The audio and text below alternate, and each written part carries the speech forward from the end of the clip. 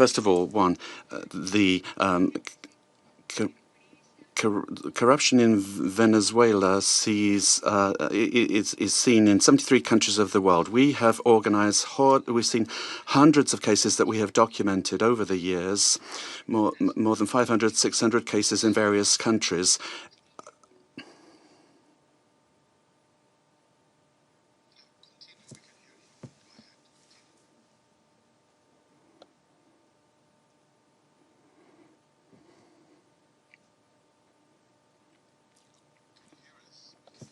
Can you hear us? Solo en los sistemas de justicia. We looked at the justice systems of 30 countries, and 172 cases were dealt with for corruption, and more than $72 trillion were involved. $1 million were involved. This was public Venezuelan money. Nicolás Maduro and his family. The interpreter cannot hear the speaker. Ha sido el instrumento central, involucrada directa e indirectamente en el. It was a system that was involved in 90% of the corruption cases. Point number 2. The national criminal organizations. The interpreter cannot hear the speech to provide sufficient interpretation. I apologize. Soportar, impulsar, proteger y dirigir las operaciones ilícitas. Las economías ilícitas de oro, droga, extorsión y trata de personas alcanzaron en 2024 $8.000 billones. Can you hear us? Ms. Freitas? De la producción de oro, ¿sí? Can you hear us? The interpreters cannot hear you. Can you slow down and raise your voice a little bit? Hay un delay. There's a delay, says the speaker. The problem the interpreter is having is with the quality of the sound, which is insufficient for interpretation. It's not the speed. Sí, la oigo con delay. I'm hearing you, but with a delay, says the speaker. I can hear you, though. Please proceed now.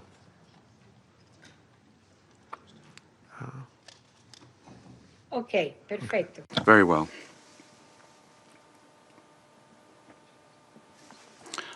Point 2. National and international criminal organizations have a symbiotic relationship with the regime of Nicolás Maduro, sharing capacity, using the state structures to facilitate their work and to protect illicit operations in gold, for example, drugs, extortion, and human trafficking. And according to our estimates, this accounts for about $8 billion. Gold, for example, only 20% is reported to the National Treasury. The rest goes to private accounts where there are members and allies with the government. This mining industry has exploited so many people using national parks and also the Amazon area. And then to launder the money from corruption, the network has money laundering structures that are very sophisticated. And since 2021, they've been involved in this work. 3, great corruption has led to a decrease in the income of the state and therefore public expenditure, and therefore affecting the quality of basic services. The current economy is in crisis. There's no money either to service the debt.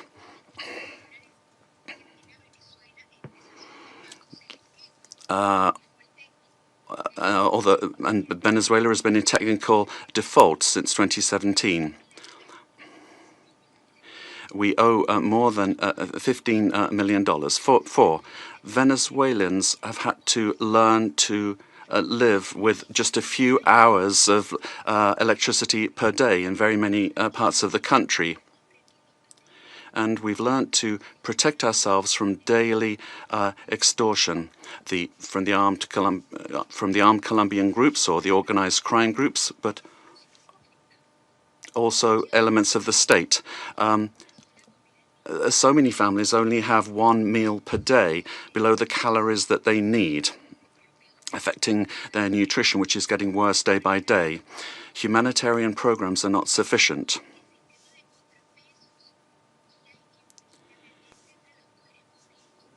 And then 5, there's no checks and balances between government departments. The government has captured all institutions, beginning with the justice institutions and also the oil company responsible for the majority of income for the country. In order to maintain control and the impunity of these illicit operations, a repressive system that's getting worse and worse is being applied.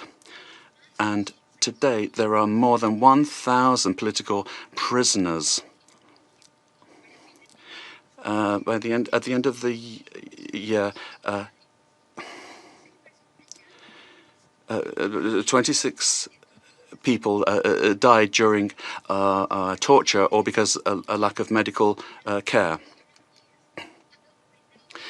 United Nations has documented many of these cases. We need a transparent state that is accountable, that will guarantee the rule of law and human rights, that will protect public goods for everyone without privilege, a system that's autonomous and independent. We need investment in building capacity that will enable us to have a dignified life.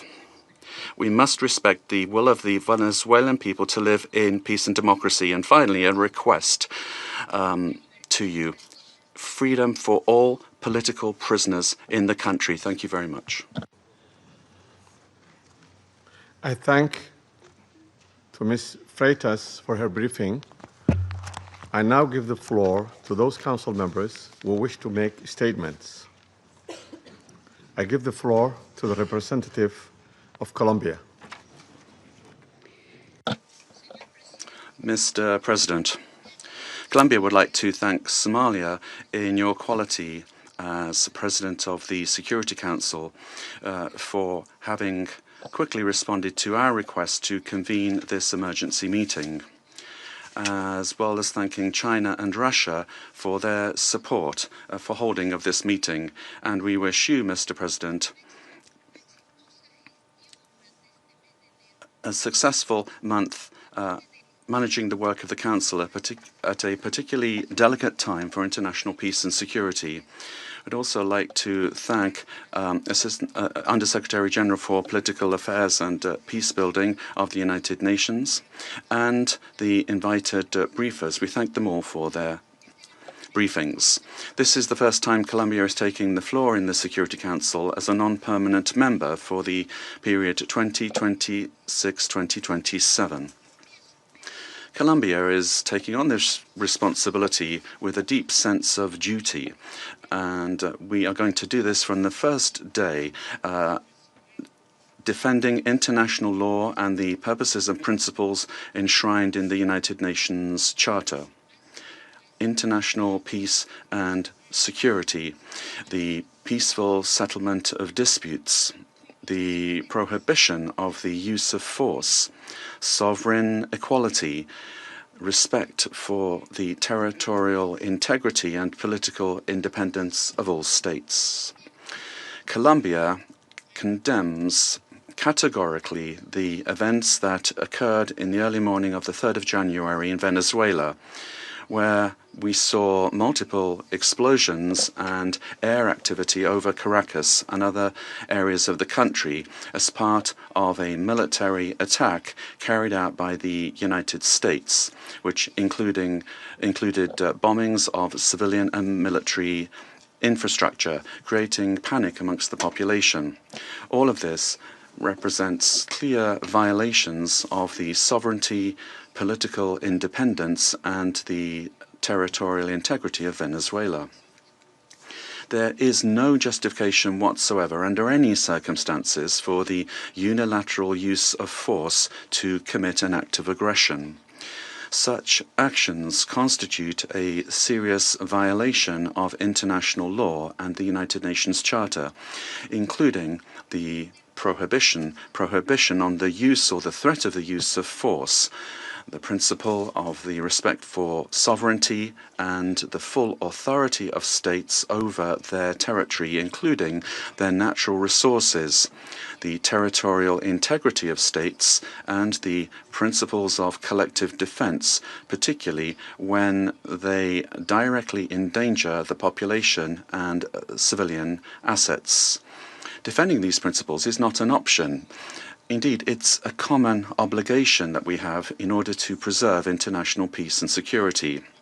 We need to remember that the provisions of the Charter allow for the use of force only under exceptional circumstances, in legitimate defense in the face of an armed attack, or when there is an express authorization by this Council in accordance with Chapter 7. And even in those cases, this does not amount to assuming political control of another state. In this regard, we reject any unilateral military action, any act that could worsen the situation or endanger the civilian population, and we would call for a de-escalation and non-resort to the use of force, which endangers people finding themselves in this delicate situation. They must be the absolute priority. We have learned from our experience that the civilian population is always the one that pays the highest price in armed conflict. Mr. President, Latin America and the Caribbean have proclaimed themselves to be a zone of peace, and this collective commitment and will of our region must be respected. Unilateral action that is contrary to international law endangers regional stability, increases insecurity, and worsens the already complex conditions being faced by the civilian population, with devastating effects that will transcend the sovereign borders of Venezuela to have a direct impact on countries of the region, such as Colombia. In order to act preventively, Colombia has engaged in measures to protect the civilian population and preserve the stability of the border, addressing the possible needs of the population, particularly the migrant population, in coordination with local authorities. Colombia has been and will continue to be show solidarity in receiving the Venezuelan people who, given the uncertainty created by these attacks, this may lead to a massive outflow of migration, which will require significant efforts in terms of resources and capacities to provide the necessary support and assistance to those areas affected by taking in the migrants. Mr. President, these actions that we have seen remind us of the worst interference in our area in the past, in our zone of peace.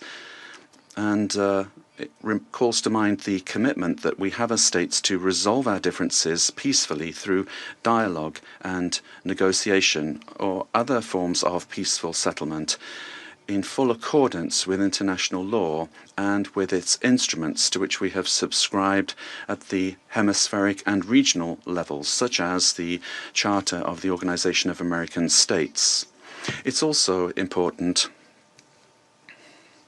to understand the dimension of this situation for international peace and security beyond our region, particularly when a permanent member of the Security Council takes the decision to use force and assume control unilaterally of another sovereign state, with the aim, amongst other things, of taking its natural and strategic resources. This is very worrisome for the international community, the international order that was established after the Second World War, and flagrantly violates international law and is in clear contradiction with the United Nations Charter and the very goal for which this council was created.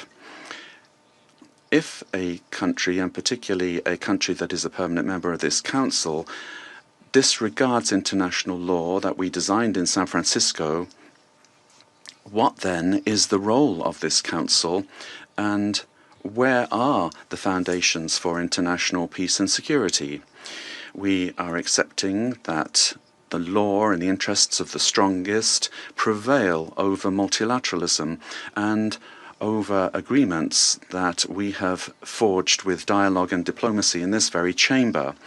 Democracy cannot be promoted or defended through violence or coercion, and it cannot be superseded either by economic interests. Democracy can only be built and sustained through respect for the will of peoples, the reaffirmation of the rule of law, through political dialogue and peaceful and inclusive processes. Venezuela deserves to live in peace, in democracy, prosperity, and dignity, with a government that is defined in sovereignty by no one else than the Venezuelan people and their institutions. This is why Colombia has reiterated its call to open up paths for democracy in Venezuela through specific popular decisions being taken. The importance of preserving peace, respect for international law, and the protection of life and human rights must prevail over anything else. Colombia reaffirms its conviction that working tirelessly under these principles in our new role as a non-permanent member of the Security Council is what we plan to do, and we make ourselves available, our good offices available for a diplomatic way out of the current crisis in this brotherly country. We will meet our responsibility, primary responsibility, to maintain international peace and security. And given the seriousness of the events, we will continue to pay attention to this issue. And we'd also like to thank the Secretary General of the United Nations for providing his good offices to defend the purposes and principles of the United Nations Charter, to activate channels for mediation available to him and facilitate dialogue with the parties concerned, looking in the search for alternatives that will make it possible to find a way out of the situation led by Venezuelans themselves and provide assistance to Venezuelans that need this. In conclusion, we'd urge the parties to exercise maximum caution and restraint, to de-escalate tensions, and to follow dialogue and diplomatic channels, and develop mechanisms to avoid continued flagrant violations of international law. This will require the help of the United Nations and of regional organizations. Thank you very much, Mr. President. I thank the representative of Colombia for her statement, and now give the floor to the representative of Russian Federation. Mr. President, first and foremost, we wish to congratulate you on your accession to the presidency of the Security Council. And second, we wish to welcome the newly elected members of the Security Council. The beginning of this new year shocked all of those throughout the world who cherish the hope that respect for international law and non-intervention in domestic affairs of other states, as well as a reliance upon diplomacy and seeking of compromise, became key principles in the work of the new U.S. administration. The assault against the leader of Venezuela, compounded by the deaths of dozens of Venezuelan and Cuban citizens, in the eyes of many, has become a harbinger of a turn back to the era of lawlessness and U.S. domination by force, chaos, and lawlessness, which continues to afflict dozens of states in various regions of the world. There is no and can be no justification for the crimes cynically perpetrated by the United States in Caracas. We firmly condemn the U.S. act of armed aggression against Venezuela in breach of all international legal norms. In connection with the confirmed reports about the presence of the abducted president of Venezuela, Nicolás Maduro, and his spouse in the United States, today, as we are aware, they are in New York, we call upon, corrects the Speaker, the U.S. leadership to immediately release the legitimately elected president of an independent state and his spouse. Any problems existing or conflict between the United States and Venezuela need to be resolved through dialogue. And this is precisely what is enshrined in the UN Charter, the purposes and the principles of which a number of states in recent years have begun to apply selectively, depending upon the political landscape. Today, we are reaping the consequences of their recklessness and selectivity in matters related to respect for the norms of international law, which were linked to the so-called rules-based world order. Here is your rules-based world order in all of its glory, which is horrifying even the staunchest Atlanticists. Mr. President, we extend our firm solidarity with the people of Venezuela in the face of the external aggression. We firmly support and completely support the policy of the Bolivarian government, which is geared towards protection of their national interests and the sovereignty of the country. Washington's aggressive acts have already been condemned by many states and multilateral associations, including the Non-Aligned Movement, the African Union, as well as a group of friends in defense of the Charter of the United Nations. We hope that the international banditry will immediately be met with objective and comprehensive assessment at the international legal level with United Nations, universal mechanisms, and other multilateral formats being brought to bear. This process must not be impacted by the recognition or non-recognition by any given states or groups of states of the legitimacy of Nicolás Maduro. For this reason, unintelligible murmurings and attempts to avoid principled assessments by those who, in other circumstances, froth at the mouth and demand that others respect the UN Charter, today seem particularly hypocritical and unseemly. We hope you will recognize this, and we hope that you will abandon double standards and that you will not attempt to justify such an egregious act of aggression due to a fear of angering the American global gendarme, which is attempting to once again rear its head.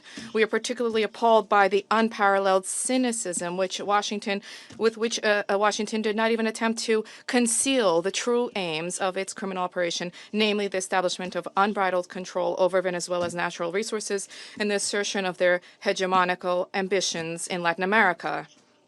In this way, Washington is generating fresh momentum for neocolonialism and for imperialism, which were repeatedly, decisively condemned and repudiated by the peoples of this region and by the global South as a whole. Distinguished colleagues, under these circumstances, it is exceedingly important for the entire international community to unite and to definitively reject the methods and tools of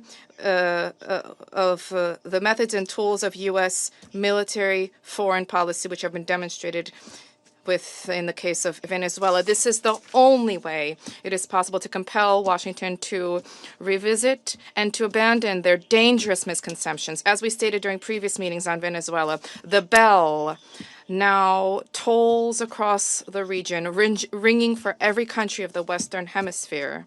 The bell is ringing for all UN member states and for the future of the organization itself. Failing to hear this call today is tantamount to projecting cowardice and a lack of principle, essentially blessing ongoing encroachments of international law and rejecting civilized international conduct as a whole. We cannot allow the United States to proclaim itself as some kind of a supreme judge which alone bears the right to invade any country, to label culprits, to hand down and to enforce punishments, irrespective of notions of international law, sovereignty, and non-intervention. Is this the world we sought to attain as we marked the 80th anniversary of the adoption of the Charter of the United Nations, when we all signed on to the relevant Security Council presidential statement? Is this the aim of United Nations reform, which we all advocate? Or has the United Nations and Security Council thereof, do they no longer exist? And is there need now to seek from Washington a patent rule, so to speak? And is the self-determination of every person's and their right to determine their future worthless? These are the questions that we all must address today. And if this response is sincere, if it is principled, then perhaps the U.S. leadership, too, which openly is asserting intention to run another country for the benefit of the United States, they will perhaps glance at their own constitution, their constitution of the United States, which begins with the words, "We the people of the United States," and will begin, in fact, to recognize the sovereignty of other states rather than deposing inconvenient regimes. Thank you. I thank the representative of Russian Federation and now give the floor to the representative of China.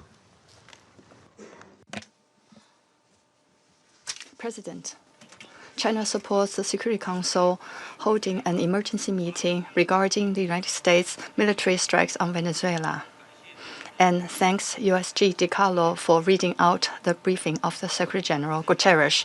I have listened carefully to the statements of the briefers, and we welcome to this meeting the permanent representative of Venezuela and representatives of other countries. On January the 3rd, the United States blatantly launched large-scale military strikes against Venezuela, forcibly seized Venezuelan President Nicolás Maduro and his wife, and took them out of the country. It claimed that it will run Venezuela and even didn't rule out launching a second round of military operations on an even larger scale. China is deeply shocked by and strongly condemns the unilateral, illegal, and bullying acts of the U.S. For some time now, the international community has repeatedly expressed grave concern over the U.S. sanctions, blockade, and threats of force against Venezuela. The Council convened 2 emergency meetings, during which Secretary General Guterres, many Council members, and countries in the region and beyond unanimously called for abiding by the UN Charter and the international law, maintaining calm and restraint, resolving disputes peacefully, de-escalating tensions, and safeguarding regional stability. However, as a permanent member of the Council, the U.S. has disregarded the grave concerns of the international community, wantonly trampled upon Venezuela's sovereignty, security, and legitimate rights and interests, and seriously violated the principles of sovereign equality, non-interference in internal affairs, peaceful settlement of international disputes, and the prohibition of the use of force in international relations. These principles constitute the fundamental tenets of the UN Charter and form the cornerstone of maintaining international peace and security. The U.S. has placed its own power above multilateralism and military action above diplomatic efforts, posing a grave threat to peace and security in Latin America and the Caribbean, and indeed internationally. China firmly opposes this, and the international community has also expressed widespread grave concern and strong condemnation. We urge the U.S. to heed the overwhelming voice of the international community, abide by international law and the purposes and principles of the UN Charter, cease infringing upon the sovereignty and security of other countries, stop toppling the government of Venezuela, and return to the path of political solutions through dialogue and negotiations. We call on the U.S. to ensure the personal safety of President Maduro and his wife and to release them at once. We support the Council in fulfilling its primary responsibility to maintain international peace and security, and we support all efforts by the UN Secretary General, regional countries, and organizations that contribute to promoting dialogue and de-escalating the situation. President, the lessons of history are a stark warning. Military means are not the solution to problems, and the indiscriminate use of force will only lead to greater crisis.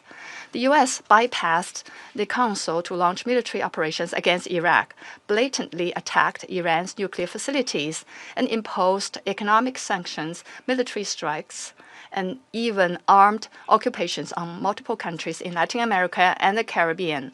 These actions have caused persistent conflict, instability, and immense suffering for the ordinary people.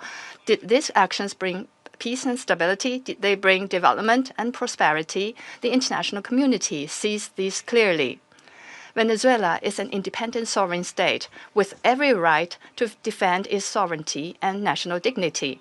Countries in Latin America and the Caribbean are important forces in maintaining world peace and stability and promoting global development and prosperity, and they have every right to independently choose their development paths and partners. No country can act as the world's police, nor can any state presume to be the international judge. China firmly supports the government and people of Venezuela in safeguarding their sovereignty, security, and legitimate rights and interests. We firmly support the regional countries in upholding the status of Latin America and the Caribbean as a zone of peace. We demand that the United States change its course, cease its bullying and coercive practices, and develop relations and cooperation with regional countries on the basis of mutual respect, equality, and non-interference in international affairs. China stands ready to work with the regional countries and the international community to strengthen solidarity and cooperation, uphold fairness and justice, and jointly safeguard peace and stability in Latin America and the Caribbean. I thank you, President. I thank the representative of China for the statement, and now give the floor to the representative of Liberia. Thank you, Mr. President. I have the honor to deliver this statement on behalf of the A3 members, namely the Democratic Republic of Congo, Somalia, and my own country, Liberia. We thank the Presidency for promptly convening this important meeting.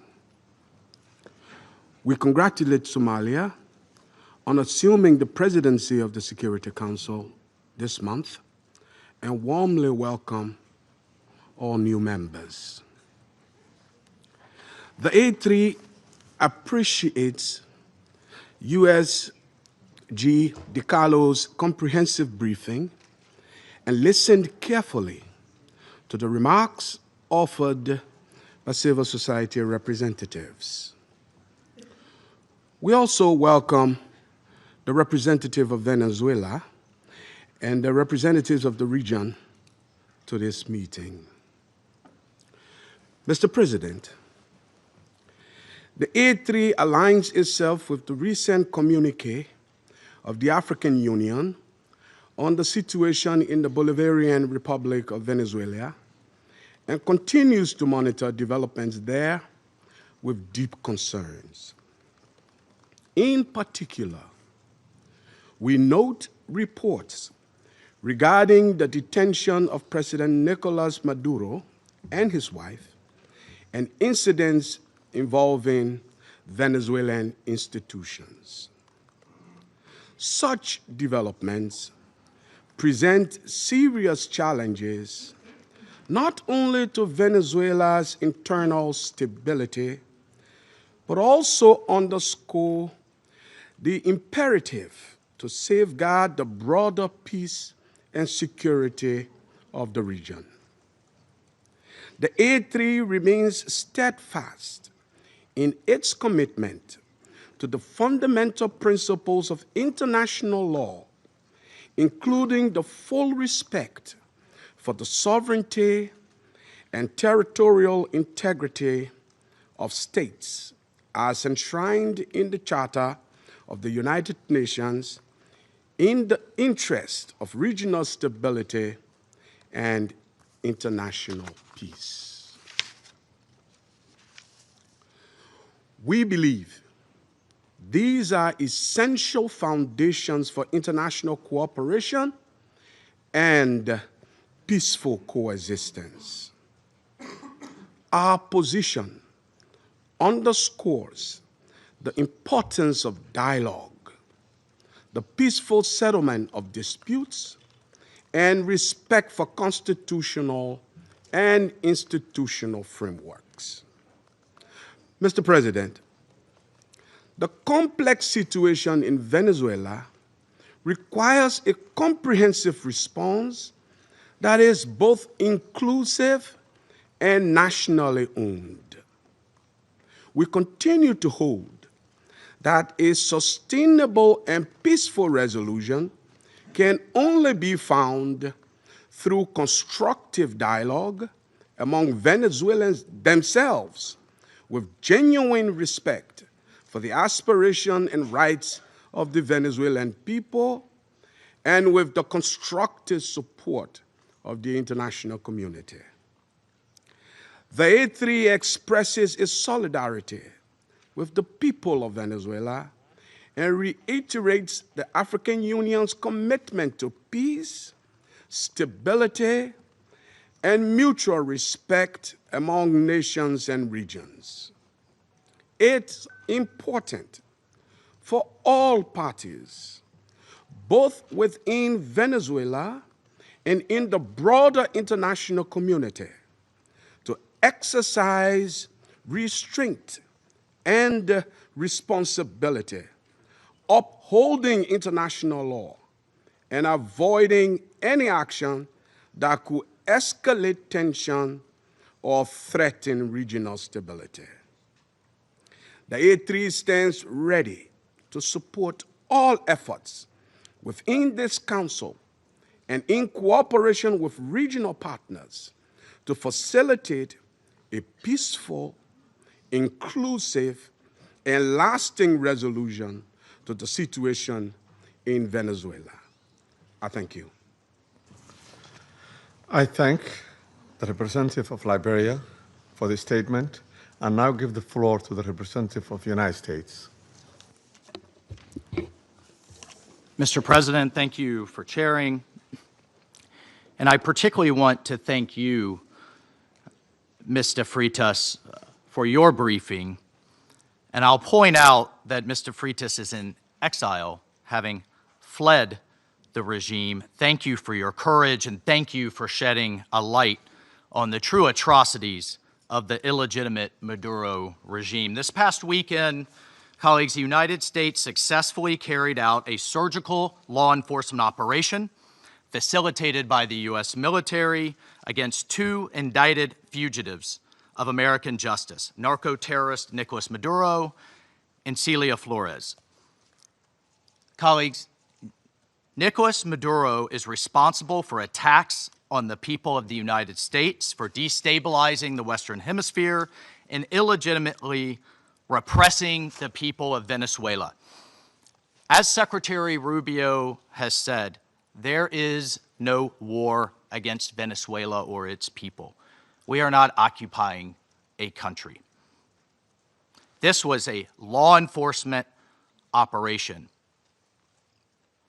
in furtherance of lawful indictments that have existed for decades. The United States arrested a narco-trafficker who is now going to stand trial in the United States in accordance with the rule of law for the crimes he's committed against our people for 15 years. A similar action was taken in 1989 against Manuel Noriega. He was arrested, indicted, convicted in a court of law, served in prison in the United States and in Panama, and the Panamanian people, the American people, are safer for it. And undeniably, the region was more stable.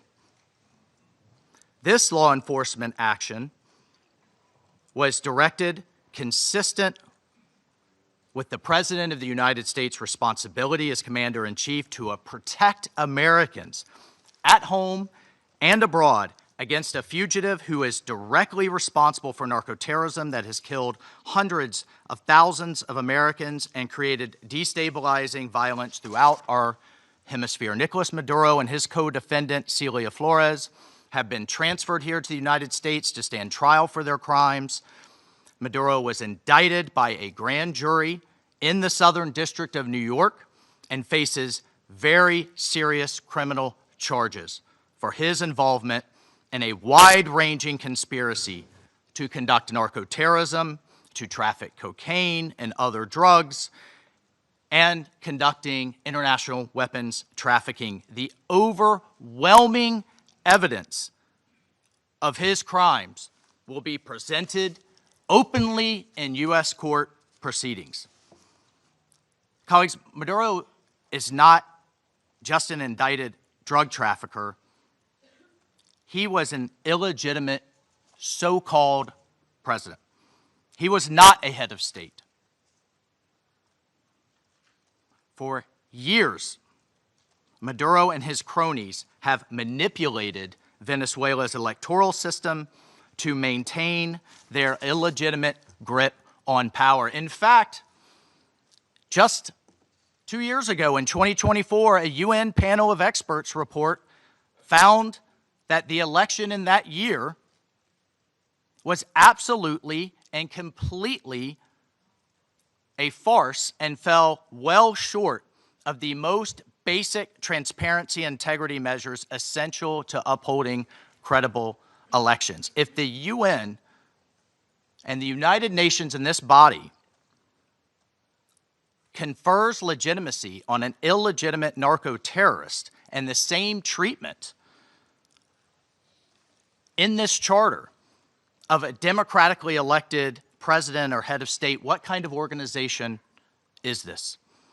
We should note that over 50 countries, many nations, including the European Union, including a number of Latin American countries in the region, and of course the United States, again, over 50 countries rejected the legitimacy of Maduro's re-election following the disputed 2024 elections and do not recognize him as Venezuela's legitimately elected president.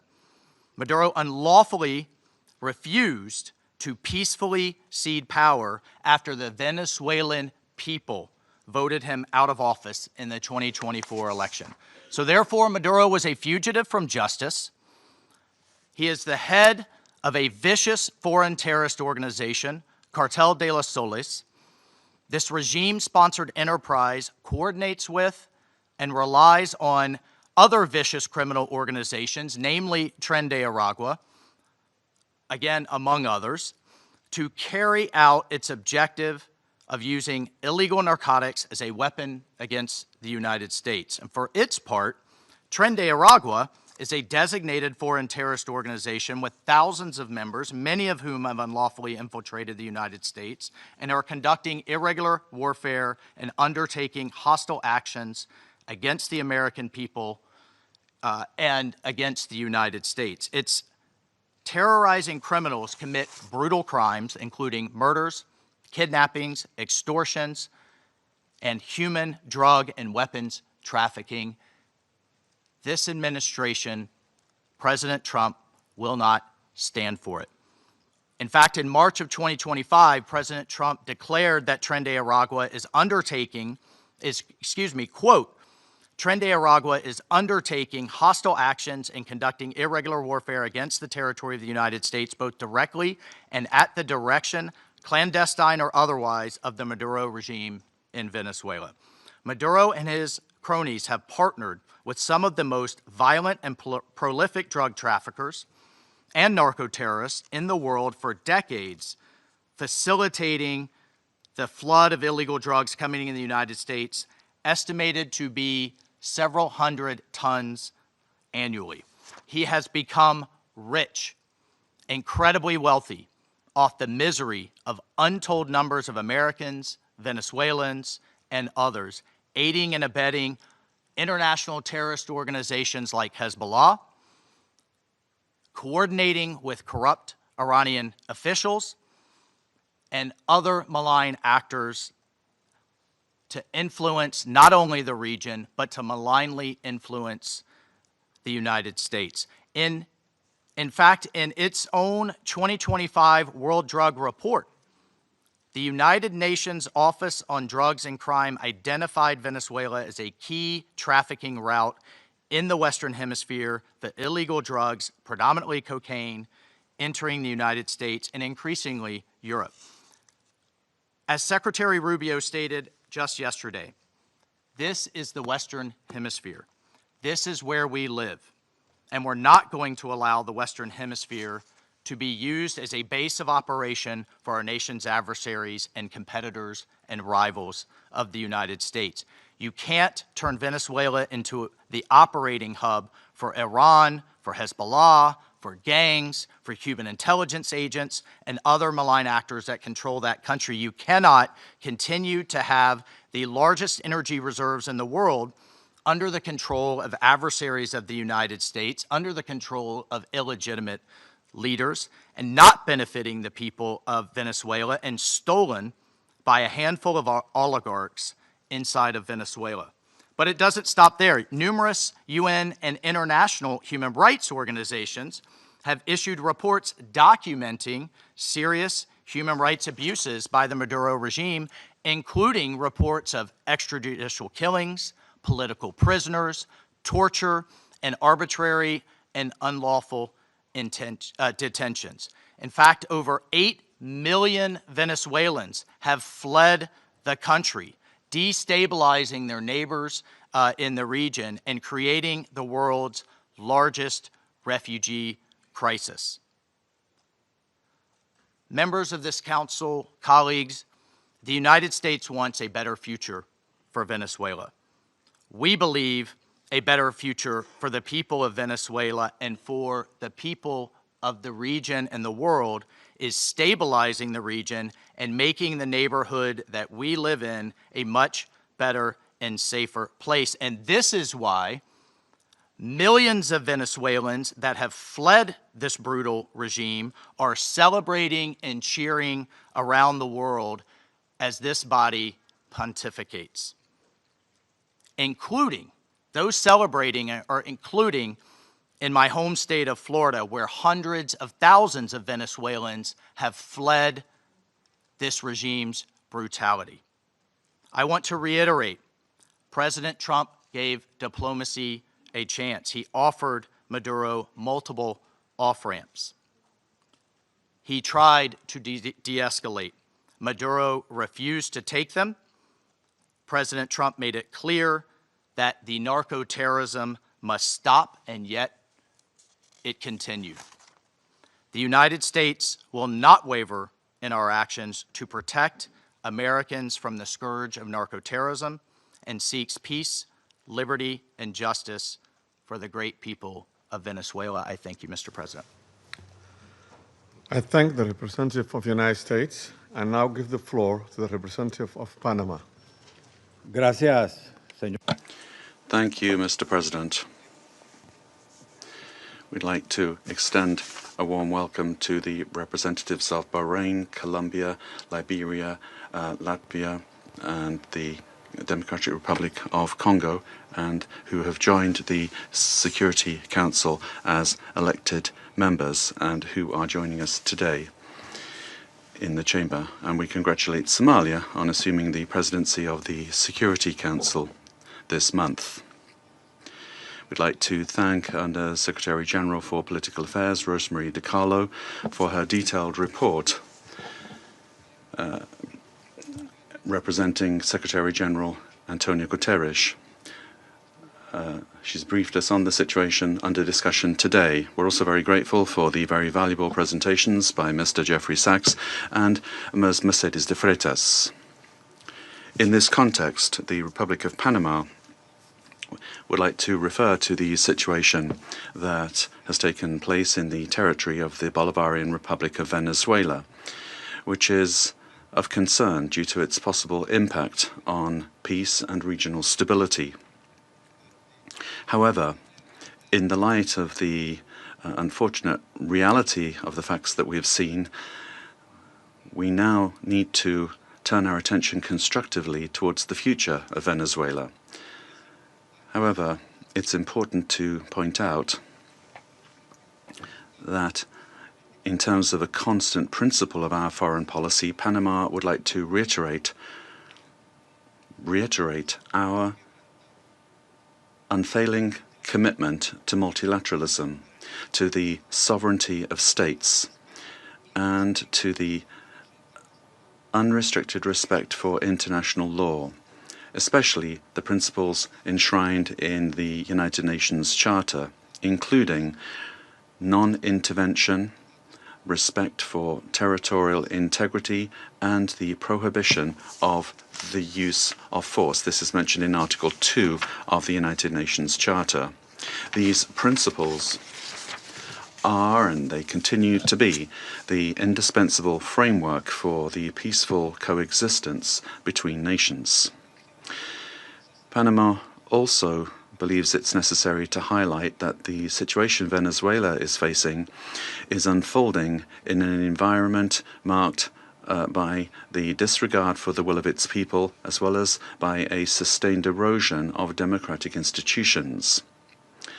In this regard, Panama reiterates that it does not and will not recognize the authoritarian and illegitimate regime that has held Venezuelan men and women hostage, plunged them into one of the gravest political, social, humanitarian, and security crises in our region. Unfortunately, we have witnessed how the situation has gradually deteriorated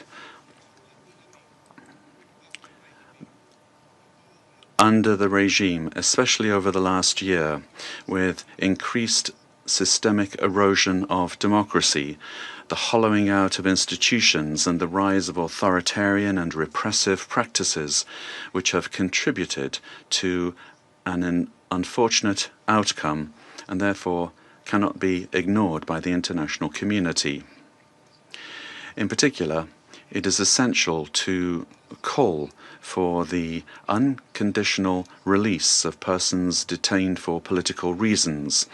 Many of them have been deprived of their liberty merely for raising their voices in a context in which dissent is not tolerated. From this moment on, we must demand that all political prisoners that the regime continues to hold hostage, Venezuelans and foreigners alike, be released without delay. Their physical well-being and safety must be guaranteed. Likewise, freedom of expression and the unequivocal respect for human rights must be immediately ensured. In this context, Panama underscores that its position does not stem solely from a principled democratic solidarity, but also from direct impact. A Panamanian citizen, Mr. Olmedo Núñez, remains arbitrarily detained in Venezuela without formal charges, without due process, without full access to a defense, and without effective consular guarantees. Added to this is the human impact of a multidimensional crisis that has forced around 9 million Venezuelans, men and women, to leave their homes, compelled to live in displacement and vulnerability as a consequence of the institutional and social collapse generated by the regime. A crisis that has had significant regional repercussions, reflected both in the irregular migration flows from south to north of a significant number of Venezuelan nationals, as well as reverse migration movements, including also a lot of Venezuelans, the effects of which are felt particularly in countries of transit and destination that this affects, including Panama.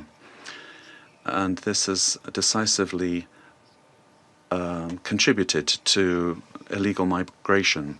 In the face of this reality, Panama issues a clear and firm call for Venezuela's short-term future to be fully democratic.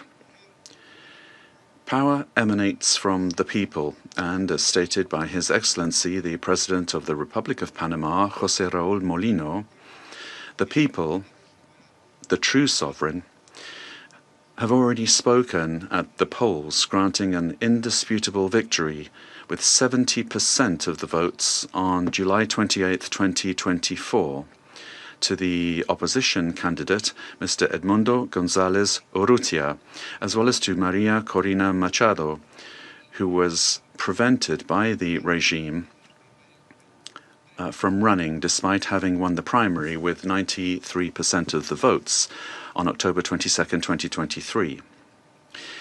Additionally, the popularity of both has increased in recent months, including among police and military sectors.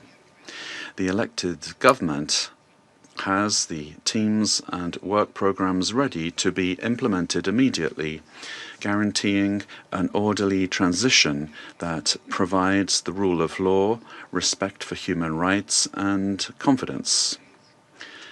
In line with this commitment, Panama proudly safeguards the electoral records that reliably certify said victory as testimony to the inalienable right of the Venezuelan people to determine their own political destiny. Recognizing any authority other than that of the elected president would amount to legitimizing electoral fraud, normalizing authoritarianism and undermining the universal principle of free elections as the source of legitimacy.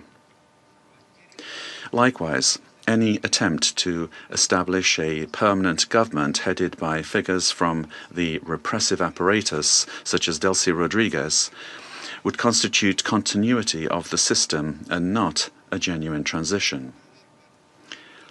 Any political solution must be peaceful, it must be democratic, and led by the Venezuelans, with the responsible assistance of the international community, including the United Nations and regional mechanisms such as the Organization of American States. Panama does not wish and would like to avoid a scenario in which Venezuela's reality simply evolves into a change from one crisis to another, one crisis replacing another. There can be no genuine transition with Madurismo if it remains, or if we have the same power structures preserved under new names. Any arrangement that keeps figures associated with the repressive apparatus at the center of governance would, in practice, constitute continuity of the system and not a real transition. Comparative experience shows that merely nominal transitions tend to prolong conflicts, intensify migratory flows, and perpetuate regional instability to the detriment of international peace and security. Panama will always stand in solidarity with an orderly and democratic transition process, anchored in the popular will already expressed at the polls on July 28, 2024, aimed at restoring democratic institutions through an interim period strictly limited in time, the sole purpose of which is to create the conditions necessary for the effective exercise of the Venezuelan people's right to self-determination.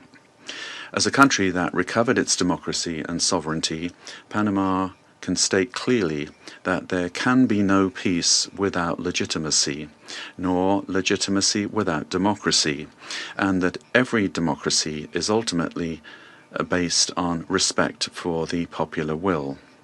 Mr. President, Panama, due to our commitment to multilateralism and international law, in its capacity as member of the Security Council, will continue to contribute responsibly to collective efforts aimed at preserving peace, strengthening democracy, and supporting legitimate and sustainable solutions anchored in the sovereign will of peoples and respect for international law. Thank you very much.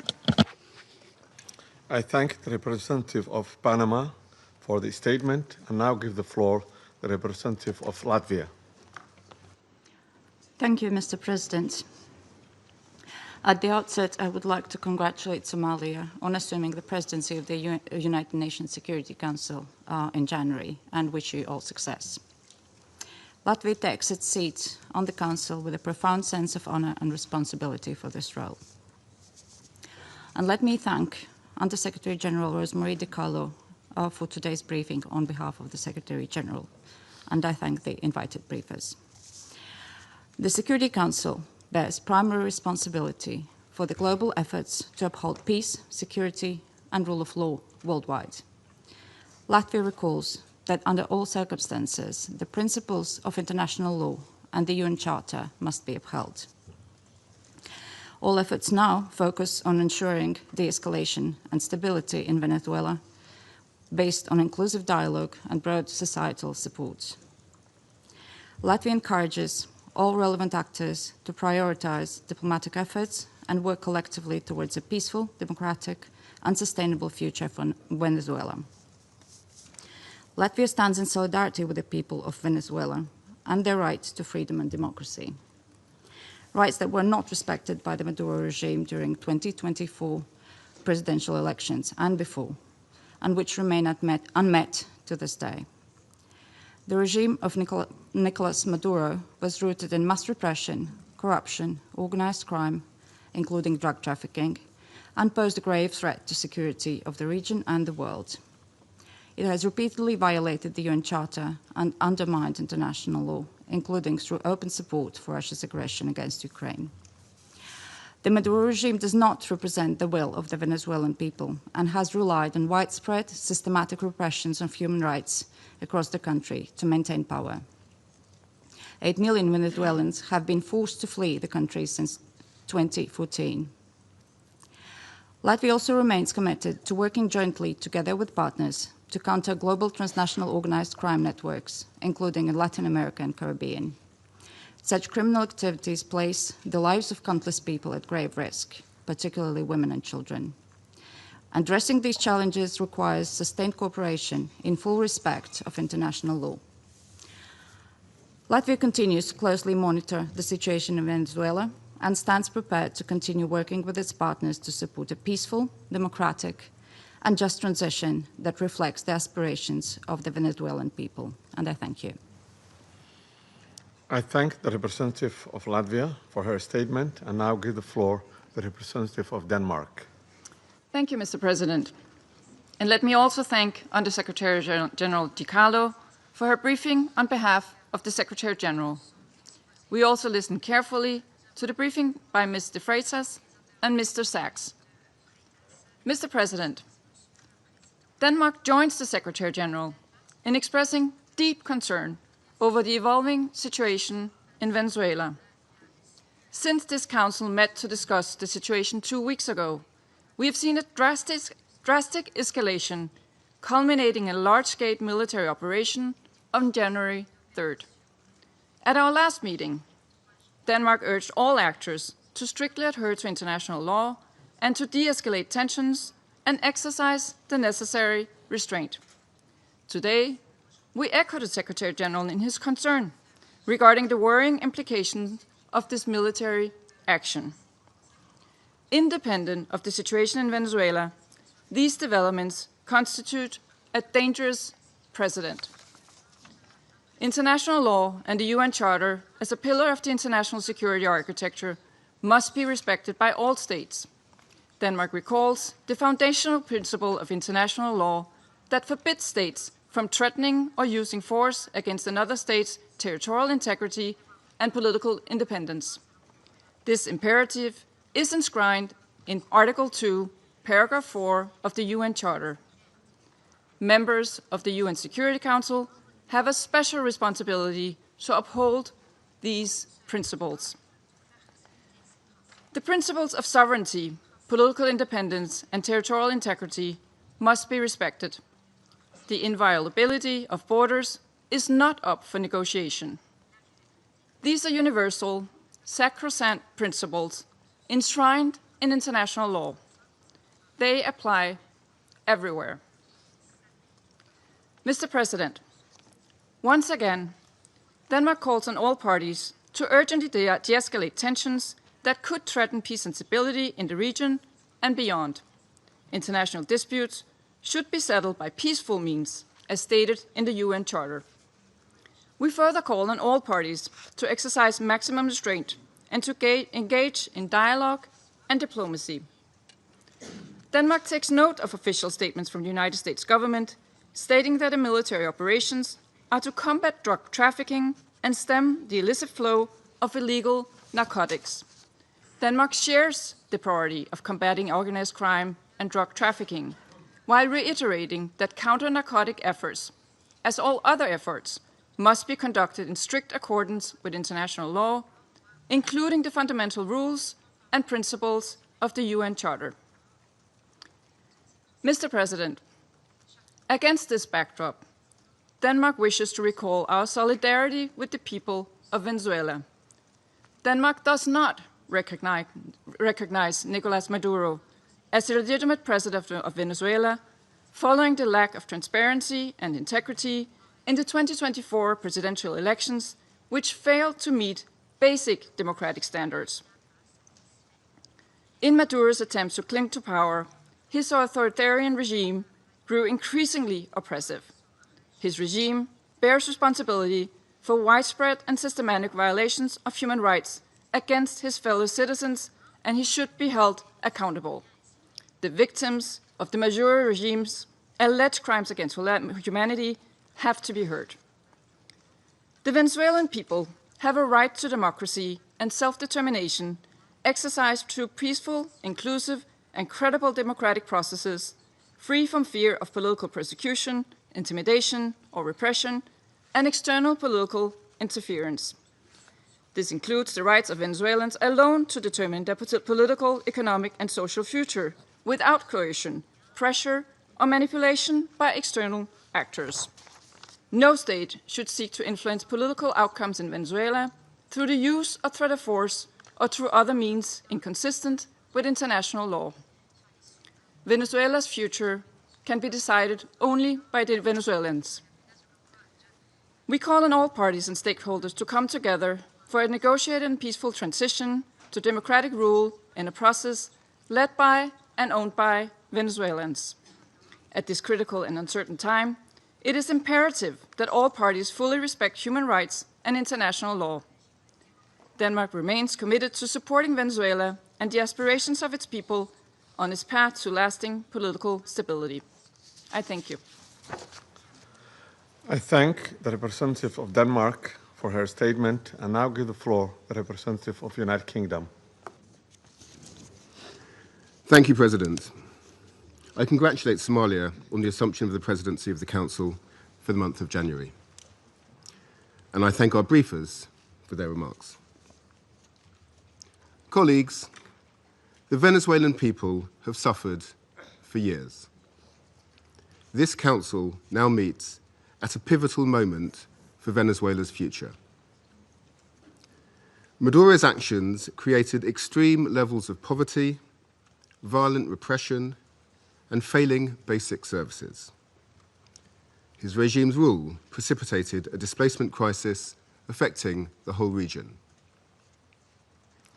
The United Kingdom has long been clear that Maduro's claim to power was fraudulent. To date, Venezuela's National Electoral Council has failed to publish the full results of the July 2024 presidential elections, and independent domestic and international reports also observed significant irregularities and a lack of transparency. President, the United Kingdom wants to see a safe and peaceful transition to a legitimate government that reflects the will of the Venezuelan people. They deserve a government which reflects their vote at the ballot box and delivers a more stable, prosperous future for all Venezuelans. Finally, President, the United Kingdom reaffirms its commitment to international law and the principles enshrined in the Charter of the United Nations. These foundations are essential for maintaining global peace, security, and the rule of law. I thank you. I thank the representative of the United Kingdom for his statement and now give the floor to the representative of France. Merci, Monsieur le Président. Thank you, Mr. President. First and foremost, I wish to congratulate you upon your presidency of the Security Council during the month of January. I also wish to thank Madam Rosemary DiCarlo for having conveyed to us the information from the Secretary General of the United Nations on the recent developments which have taken place in Venezuela. Mr. President, France has continued to stand in solidarity with the Venezuelan people as they face the crisis that has been plaguing them for far too many years, specifically, and in particular, since the summer of 2024. On the 20th of July, 2024, the Venezuelan people exercised their right to vote peacefully in order to shape the future of their country. Their right to choose their leaders, nonetheless, has been stripped away from the people by Nicolás Maduro. Must we recall the facts? The electoral process has been was marred by numerous irregularities, and the final counting of votes was marred by a flagrant lack of transparency. In light of the democratic aspirations of the Venezuelan people, Nicolás Maduro has systematically responded with the repression of dissident voices, of members of the opposition, and of civil society, as well as with numerous arbitrary detentions. France has always expressed itself with clarity about the fact that these practices are unacceptable and that respect for human rights must be upheld. Mr. President, the military operation which has led to the capture of Nicolás Maduro runs counter to the principle of peaceful dispute resolution and runs counter to the principle of non-use of force. The proliferation of violations of the Charter of the United Nations and of violations of international law by states vested with responsibility as permanent members of the Security Council chips away at the very foundation of the international order. Contravening the principles of the Charter, including the principle of respect for independence and the territorial integrity of states, undermines the foundation of the United Nations and weakens international peace and security. France remains faithful and committed to respect for the Charter of the United Nations and of the principle of peaceful dispute resolution. We have an obligation to uphold these principles at all times and in all places. Respect for these principles is indispensable. Mr. President, France wishes to reiterate our commitment to respect for the will of the Venezuelan people. The transition which is currently being opened up for Venezuela needs to be peaceful and democratic and carried out in a manner which respects the choice of the Venezuelan people, a sovereign people. This transition must be led by and for the Venezuelans. France stands ready, alongside states in the region and our partners at the European Union, to uphold dialogue with a view to the restoration of the free democratic expression in Venezuela. We stand ready to support regional stability. This also needs to be the role of the Security Council. Thank you. I thank the representative of France for the statement and now give the floor to the representative of Bahrain. Mr. President, I wish to take this opportunity to congratulate first and foremost the Federal Republic of Somalia on its presidency of the Security Council during this month of January. We wish you every success. We also wish to take this opportunity to thank delegations whose mandate at the Council ended, namely Algeria, Guyana, the Republic of Korea, Sierra Leone, as well as Slovenia. We wish to thank them for their significant contributions to the attainment of the goals and the mission of the Council. I also wish to thank Madam Rosemary DiCarlo, Undersecretary General for Political and Peacebuilding Affairs, for her valuable briefing related to the latest developments which have taken place in the Bolivarian Republic of Venezuela, and I wish to thank other briefers as well. We appreciate the reaffirmation by His Excellency the Secretary General of the United Nations, reaffirmation of the commitment to the fundamental principles of the Charter of the United Nations, a commitment to the peaceful diplomatic resolution of disputes. The Kingdom of Bahrain supports the call of the Secretary General for all stakeholders in Venezuela to engage in inclusive dialogue which guarantees respect for international law, and this in order to ease tensions, to preserve regional stability, and to avoid any potential adverse repercussions for security and stability in the region. The Kingdom of Bahrain also extends its support for efforts undertaken at the regional and international levels in order to reduce tensions and to enhance diplomatic means in order to provide for international peace and security. The Kingdom stresses the importance of the promotion of international cooperation in order to support all regional and international efforts which are geared towards combating international organized crime, trafficking in drugs, as well as scourges which are related to this. This undermines the stability of societies, undermines achievement of sustainable development. Therefore, these issues need to be dealt with in accordance with international relevant conventions. By way of conclusion, the Kingdom of Bahrain reaffirms our support for regional and international efforts to achieve a political, lasting solution in the Bolivarian Republic of Venezuela. This needs to be achieved through regional cooperation and with respect for national sovereignty. The goal is to provide for security and stability in Venezuela, to avoid risks of conflict and division, to protect civil peace, and to contribute to the preservation of regional security and stability, as well as international peace and security. Thank you, Mr. President. I thank the representative of Bahrain for the statement and now give the floor to the representative of Pakistan. Thank you, Mr. President. Allow me to begin by congratulating Somalia on its assumption of the presidency for this month and assuring you of my delegation's full support and cooperation. We welcome the new members joining the Council. I thank Under-Secretary General Rosemary DiCarlo for reading out the remarks of the Secretary General and the valuable briefing. We also take note of the views shared by Mr. Jeffrey Sachs and Ms. Mercedes de Freitas. I welcome the participation of the permanent representative of Venezuela alongside the representatives of other countries from the region and beyond in the meeting. Mr. President, Pakistan views the recent developments in Venezuela with profound concern.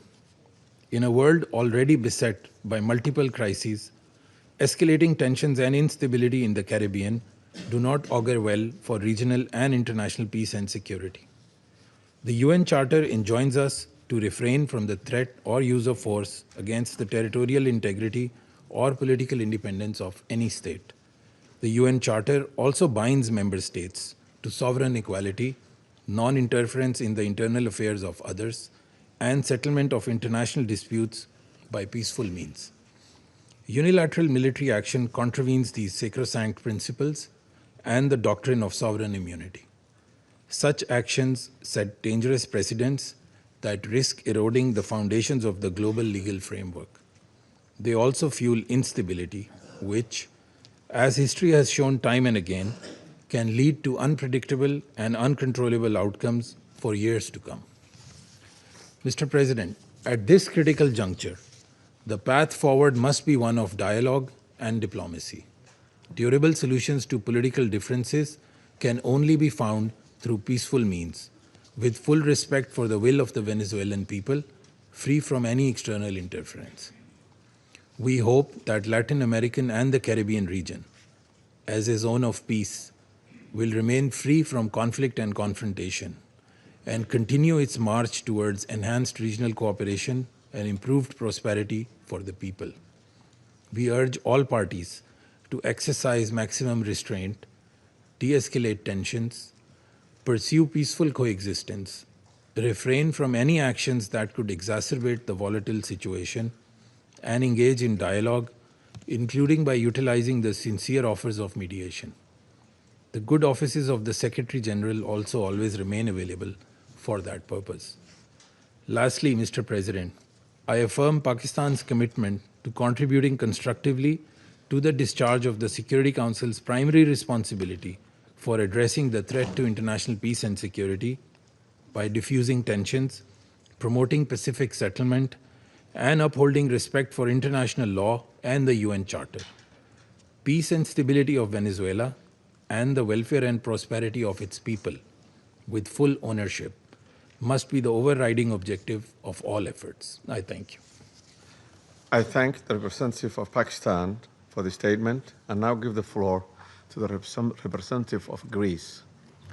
Thank you, Mr. President. At the outset, I would like to congratulate Somalia for assuming the presidency of the Council for the month of January, and I would like to welcome the newly elected members joining the Council. I would also like to thank USG DiCarlo for her briefing on behalf of the Secretary General, as well as Mr. Sachs and Ms. De Freitas for their remarks. Mr. President, Greece is closely monitoring developments in Venezuela. We urge all actors to exercise maximum restraint and to refrain from actions that would deepen the crisis and undermine prospects for peace and stability. Greece reiterates that the Charter of the United Nations and international law, including human rights law, must always be respected. We also recall the obligation of all parties to protect civilians, especially in times of heightened tensions. Greece shares the priority of combating transnational organized crime and drug trafficking, which pose a significant security threat worldwide. We reiterate that these challenges should be addressed through sustained cooperation in full respect of international law. Mr. President, Greece firmly believes that dialogue and diplomacy are the only viable tools for a peaceful transition and a sustainable resolution of the crisis. We join the Secretary General in encouraging all actors in Venezuela to engage in inclusive and meaningful dialogue in full respect of human rights, democratic principles, and the rule of law. We have long been clear that Nicolás Maduro's an illegitimate president's claim to power lacks legitimacy. Greece has not recognized the results of the rigged elections of July 28, 2024, and has always supported initiatives aimed at achieving a democratic solution for Venezuela. We stand firmly with the people of Venezuela in their pursuit of a democratic future, and we express the hope that the recent events will lead to this effect. The voices of all Venezuelans need to be heard, and they deserve governance that reflects their will through peaceful and inclusive processes. In this spirit, we will continue to support efforts aimed at achieving a peaceful, negotiated transition that ensures the will of all Venezuelans is fully respected. Greece stands ready to support all regional and international efforts aimed at the peaceful resolution of the crisis in line with the Charter of the United Nations and international law. I thank you. I thank the representative of Greece for this statement and now give the floor to the representative of Bolivarian Republic of Venezuela. Muchas gracias. Thank you very much, Mr. President. Before coming to the substance of our statement today, I think we need to make an institutional clarification. We note with concern that an attempt is being made to present to the Security Council a supposed representative of civil society, a person whose public career trajectory bears the hallmarks of sustained funding from foreign governments and transnational corporations. This has been the case for years, as well as participation in processes of political destabilization and the promotion of institutional breakdown in her own country. The instrumental use of this person to legitimize narratives of confrontation, justify the use of force, or minimize violations of international law does not contribute in any way to the purposes of this Council or to the strengthening of multilateralism. On the contrary, it erodes the credibility of the debates and distorts the Security Council's mandate entrusted with the maintenance of international peace and security. Mr. President, On January 3rd, 2026 is a date of profound historical significance, not only for Venezuela, but for the international system as a whole. On that day, the Bolivarian Republic of Venezuela was the target of an illegitimate armed attack lacking any legal justification by the government of the United States of America, which included bombing of our territory, the loss of civilian and military lives, the destruction of civilian infrastructure, essential infrastructure, and the kidnapping of the constitutional president of the Republic, Nicolás Maduro Moras, and the First Lady, Cilia Flores. Venezuela comes before this Council today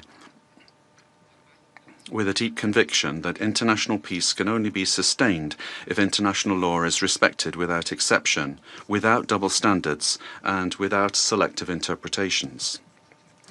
The events of January 3rd constitute a flagrant violation of the UN Charter perpetrated by the US government, in particular the violation of the principle of sovereign equality of states, of the absolute prohibition of the use or threat of use of force against the territorial integrity or political independence of any state, as enshrined in Article 2, Paragraph 4, and a violation of the duty to settle disputes by peaceful means. Similarly, these acts also seriously violate the Geneva Conventions and its protocols, as indiscriminate attacks were carried out against the civilian population and assets. International human rights law has also been violated, particularly the right to life, personal integrity, and security. Of particular seriousness is the kidnapping of the President of the Republic by the government of the United States of America, which constitutes a direct violation of an essential norm of the international legal order, namely the personal immunity of heads of state in office. This immunity is not an individual privilege. It is an institutional guarantee that protects the sovereignty of states and the stability of the international system. Its disregard not only affects Venezuela, but also sets an extremely dangerous precedent for all states represented in this chamber, regardless of their size, power, or alliances.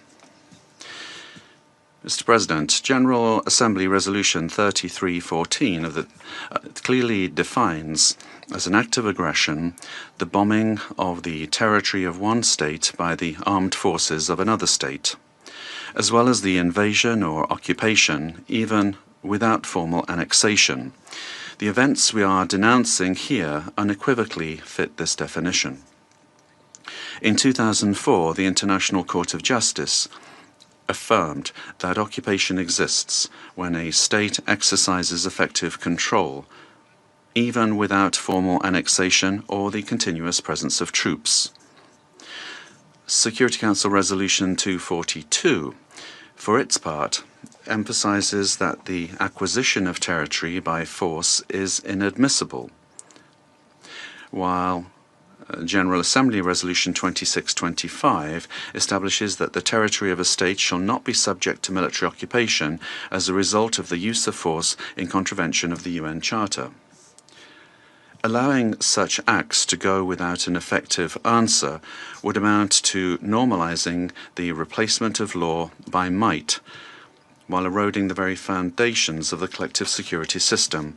Today, it is not only Venezuela's sovereignty that is at stake, the credibility of international law, the authority of this organization, and the validity of the principle that no state can set itself up as a judge, party, and executor of the world order are also at stake. Mr. President, we cannot ignore a central element of this U.S. aggression. Venezuela is the victim of these attacks because of its natural resources. Our country's oil, energy, strategic resources, and geopolitical position have historically been factors of greed and external pressure. When force is used to control resources, impose governments, or redesign states, we are faced with a logic that harks back to the worst practices of colonialism and neocolonialism. Accepting such a logic would mean to open the door to a deeply unstable world in which countries with greater military capacities can decide by force the political and economic destinies of other states. This scenario not only threatens Venezuela, it threatens international peace and security as a whole. If the kidnapping of a head of state, the bombing of a sovereign country, and the open threat of further armed action are tolerated or downplayed, the message sent to the world is a devastating one, namely that the law is optional and that force is the true arbiter of international relations. Venezuela firmly believes in diplomacy, dialogue, and peaceful coexistence among nations. That has always been our historical position, and it remains so today, even in the face of an aggression of this magnitude. It is precisely that commitment to peace, the one that was violated on the 3rd of January. Therefore, Venezuela urges this Security Council to fully assume its responsibility and to act in accordance with the mandate conferred upon it by the Charter of the United Nations. In that regard, we request, A, that the government of the United States of America be demanded to fully respect the immunities of President Nicolás Maduro and First Lady Celia Flores, as well as their immediate release and safe return to Venezuela. 2, that the use of force against the Bolivarian Republic of Venezuela be clearly and unequivocally condemned. Thirdly, that the principle of non-acquisition of territory or resources by force be reaffirmed. And 4, that measures aimed at de-escalation, the protection of the civilian population, and the restoration of international law be adopted. Mr. President, in spite of the seriousness of the events, Venezuela would like to inform this body and the international community that its institutions are functioning normally, that constitutional order has been preserved, and that the state exercises effective control over all of its territory. In accordance with our constitution, Executive Vice President Delcy Rodriguez is being sworn in as acting President of the Republic, thereby guaranteeing institutional continuity, stability, and internal peace. We wish to convey a message of serenity, confidence, and hope to the Venezuelan people. Venezuela is a nation that believes in peace, work, and dignity. Our commitment is to diplomacy and law, and the law is firm and unwavering. We defend our sovereignty without renouncing our values. We bet on dialogue without accepting imposition. We believe in a future of coexistence, development, and mutual respect among nations. We trust that this Security Council will rise to the historic moment facing humanity and choose the path of legality, collective responsibility, and peace. Thank you very much, Mr. President. I thank the representative of the Bolivarian Republic of Venezuela and now give the floor to the representative of Argentina. Buenos días. Good morning, and thank you very much, Mr. President. Mr. President, the government of the Argentine Republic values the decision and determination demonstrated by the President of the United States of America and by his government in the recent actions taken in Venezuela that resulted in the capture of the dictator Nicolás Maduro, leader of the Cartel of the Suns, declared a terrorist organization by Argentina in 2025, the same year in which Argentina also declared the Tren de Aragua a terrorist organization. The Argentine Republic trusts that these events represent a decisive step forward against narco-terrorism that affects the region, and at the same time open a stage that will allow the Venezuelan people to fully recover democracy, the rule of law, and respect for human rights, in accordance with the principles of international law, and put an end to the oppression exercised for years by the authoritarian regime that plunged the Venezuelan people into poverty and forced 8 million Venezuelans to have to flee their country. Mr. President, The illegitimate regime of Nicolás Maduro has not only constituted a direct threat to Venezuelan citizens through the systematic violation of human rights, the appropriation of the country's resources, and the destruction of democratic institutions, but also to the entire region by leading and exporting its networks of drug trafficking and organized crime. Since the inauguration of President Javier Milei, Argentina has been clear and consistent in its position regarding this situation. We have unequivocally denounced the lack of freedoms and the serious human rights violations, and we have actively contributed with the determination and responsibility to international efforts aimed at the return of democracy in Venezuela. In March 2024, when others opted for inaction or ambiguity, Argentina granted diplomatic asylum to 6 Venezuelan opposition leaders, assuming an enormous challenge for our representation in Caracas. Subsequently, after denouncing the fraudulent nature of the result announced in the 28 July 2024 elections and recognizing Edmundo González Urrutia as president-elect, Argentina was expelled from Venezuela. Our embassy, where the asylum seekers remained, was subject to a permanent siege. Despite these pressures, the Argentine Republic maintained its unwavering conviction to continue denouncing the situation in Venezuela and to act in every available international forum so that Venezuela could once again embrace freedom and democracy. Mr. President, this is not the first time that Argentina has addressed this Security Council regarding the situation in Venezuela. On the 23rd of December last, we expressed our deep concern over institutional and humanitarian deteriorating situation, noting the effects of the illegitimate regime of Nicolás Maduro transcended the domestic sphere and negatively affected regional stability, constituting a concrete threat to hemispheric security. In the same vein, President Milei stated at the Mercosur summit that Argentina welcomed the pressure from the United States aimed at freeing the Venezuelan people. Today, the international community faces a new scenario that poses a dual challenge: to support a genuine democratic transition in Venezuela and to contribute to the lasting restoration of peace and security in our region. Faced with both challenges, the Argentine Republic stands ready and willing to cooperate. We reaffirm our firm commitment to the full restoration of institutional normalcy and the rule of law in Venezuela, always safeguarding the freedom, human dignity, and prosperity of the brotherly Venezuelan people, as well as our determination to continue fighting against the scourge of narco-terrorism and those who contribute to its financing. The process that begins today requires the firm and coordinated commitment of all those countries that have accompanied the Venezuelan people in their long struggle, so that Venezuela can leave behind more than 2 decades of political, humanitarian, and social crisis, and can finally be reunited with freedom, democracy, respect for human rights, and economic prosperity.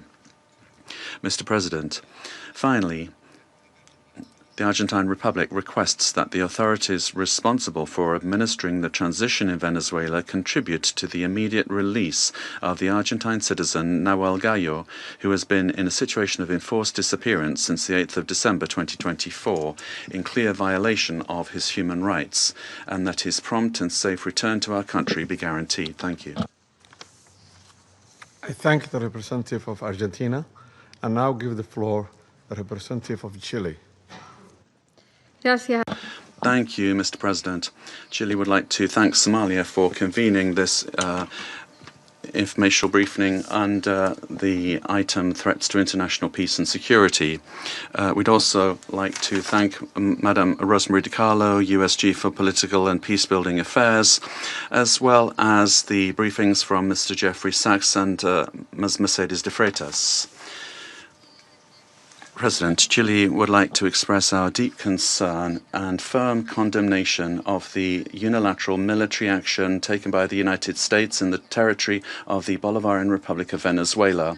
We also reiterate consistently our firm commitment to respect for international law, sovereignty and territorial integrity of states, and the peaceful settlement of disputes, the prohibition of the threat or the use of the threat of force, and full respect for human rights. These affirmations are accepted by the majority, and they must maintain their importance in order to preserve international peace and security. We said this on the 23rd of December when we took the floor, and we reiterate this today. Chile does not recognize the Maduro regime, but serious violations of human rights being faced by Venezuela do not have a military solution. They can only be addressed through peaceful, gradual and inclusive measures that will take into account the legitimate aspirations of the Venezuelan people. Respect for international law does not allow for exceptions, including when it comes to addressing the illegitimacy of a president. Problems must always be solved within the normative framework that we have provided for ourselves as nations. The future of Venezuela must include free elections, citizen participation, and international assistance, and not with actions that could create dangerous precedents or escalate tensions in the region with serious consequences for the population. Chile, as a witness of history and based on our own experience with the loss of democracy, where there was foreign interference that caused extreme damage and pain for the Chilean people, we were able to recover our democracy through a transitional process that was carried out with the assistance of the international community, the strength of organized citizens, and through our institutions. Mr. President, Chile would like also to underscore the urgent need to continue with coordinated efforts multilaterally to address transnational organized crime, and we're also convinced that Latin America and the Caribbean must continue to be a zone of peace, because that zone of peace not only serves Latin America and the Caribbean, but the entire world. An armed conflict will have devastating humanitarian consequences in Venezuela and in the region. It will worsen the suffering of the civilian population and worsen even further the displacement, insecurity and vulnerability aspects of the situation. We reiterate that any differences must be dealt with exclusively through peaceful means in strict respect for international law, the sovereignty of states, and the prohibition of the use or the threat of the use of force. As was recently indicated by the heads of state of Brazil, Chile, Mexico, Uruguay, and Spain, we express our concern with regard to any attempt to control government administration or foreign ownership of strategic assets. This would be against international law and would threaten the political, economic, and social stability of the region. Mr. President, given this complex scenario, Chile welcomes the role that could be played by multilateral fora. And here, particularly, we would refer to the role of the United Nations, and particularly the role that could be played by the Secretary General and by this Council, with the consent of the parties involved to contribute to de-escalating the situation and searching for an understanding that would favor a peaceful and lasting exit to the crisis. Prudent leadership and experience of our organization, as well as the regional organizations and mechanisms, could be very relevant to avoid a further worsening of the situation and to keep open the channels of communication. Chile reiterates its preparedness to support constructive initiatives that will point in this direction and work together with countries of the region and with the international community for stability and mutual understanding and respect for the principles that underpin this organization. Thank you. I thank the representative of Chile for the statement and now give the floor to the representatives of Brazil. Mr. President, we'd like to thank Somalia for convening this emergency session of the Security Council. Brazil categorically and firmly rejects the armed intervention in Venezuelan territory in flagrant violation of the Charter of the United Nations and of international law. The bombings on Venezuelan territory and the capture of its president cross an unacceptable line. These acts constitute a very serious affront to the sovereignty of Venezuela and set an extremely dangerous precedent for the entire international community. The Charter of the United Nations establishes as a pillar of the international order the prohibition of the use of force against the territorial integrity or political independence of any state, except in the circumstances strictly provided for therein. The acceptance of actions of this nature would inexorably lead to a scenario marked by violence, disorder, and the erosion of multilateralism, to the detriment of international law and institutions. The effects of the weakening of international governance and cooperation mechanisms are already evident. The record number since the Second World War of 61 active armed conflicts, the unprecedented figure of 117 million people in situations of humanitarian disaster around the world, reflecting the increase in wars, displacement, and crimes against humanity, such as the genocide in Gaza, and the global increase in military spending, which is approaching the historical mark of $2.7 trillion. As Brazil has reiterated on numerous occasions, the norms that govern coexistence among states are mandatory and universal. They do not admit exceptions based on ideological, geopolitical, political, economic, or any other kind of interests or projects. They do not admit that the exploitation of natural or economic resources justifies the use of force or the illegal change of a government. The multipolar world of the 21st century, which promotes peace and prosperity, must not be confused with spheres of influence. We cannot accept the argument that the end justifies the means.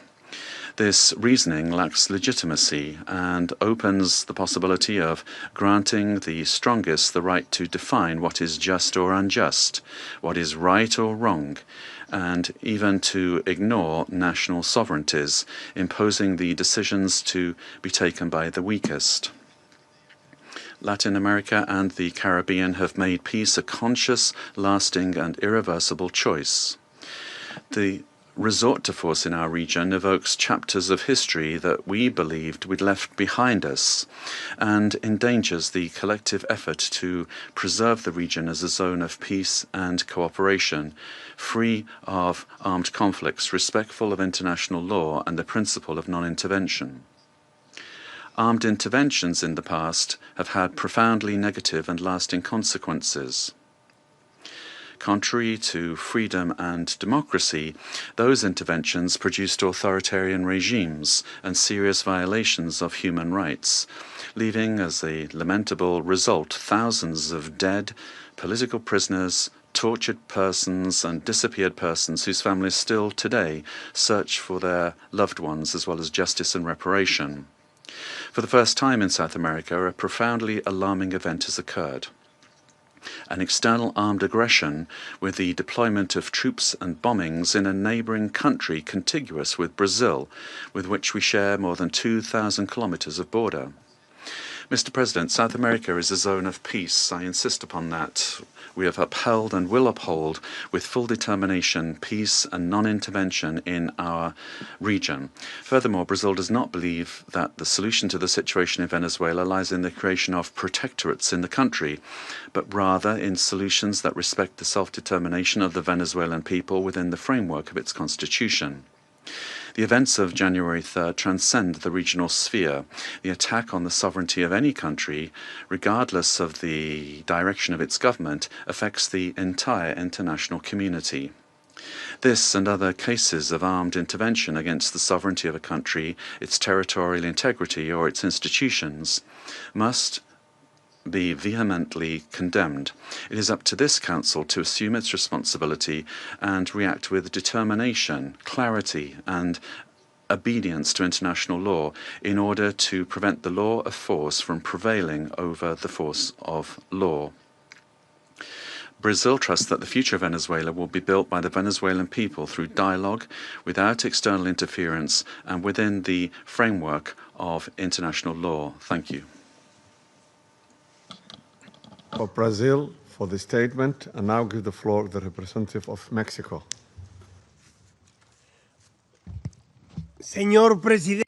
Mr. President, thank you for having convened this emergency meeting of the Council. The government of Mexico has already made its position clear with regard to our condemnation of the military aggression of January 3rd against targets in the territory of Venezuela, in clear violation of Article 2 of the Charter of the United Nations. These actions must not be allowed, as they constitute a severe blow to the Charter and to multilateralism. Mexico would like to clarify the following points. 4 points. Number 1, the prohibition of the threat or the use of force against the sovereignty, territorial integrity, or political independence of any state is the foundation of international law, regardless of the country or the government involved. 2, rhetoric pointing towards the escalation or expansion of military actions, including to other countries in our region, threatens regional stability. 3, the Security Council has the responsibility and, above all, it has the obligation to act decisively and without double standards in the face of serious violations of the Charter, and to restore international peace and security in strict adherence to the provisions of Article 24 and observing Article 27.3. 4. It is for sovereign peoples to decide their destiny and to find peaceful, democratic, and negotiated solutions to their political differences within a framework of unrestricted respect for human rights. Regime change by external actors and the application of extraterritorial measures are not only acts contrary to international law, but historically all they've done is exacerbate conflicts and weakened the social and political fabric of nations. Mr. President, esteemed colleagues, despite the political differences among our governments, Latin America and the Caribbean has been forged as a zone of peace. Collectively, we have, for decades now, resorted to the available political and legal mechanisms available in order to peacefully settle disputes. The current violation of this fragile balance gravely endangers the political stability and the security of the region, as well as the well-being of our peoples. Those who justify these acts deny the independent history of Latin America and the Caribbean. Mexico, firm in its constitutional principles of foreign policy and its pacifist calling, emphatically reiterates that dialogue and negotiation are the only legitimate and effective ways to resolve existing differences.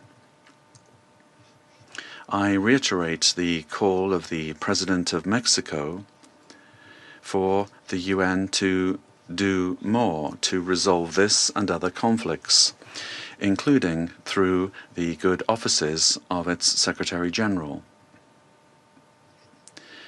In view of the events of January 3rd, Mexico reaffirms its willingness to support any effort at facilitating dialogue, mediation, or providing assistance that promotes peace in the region.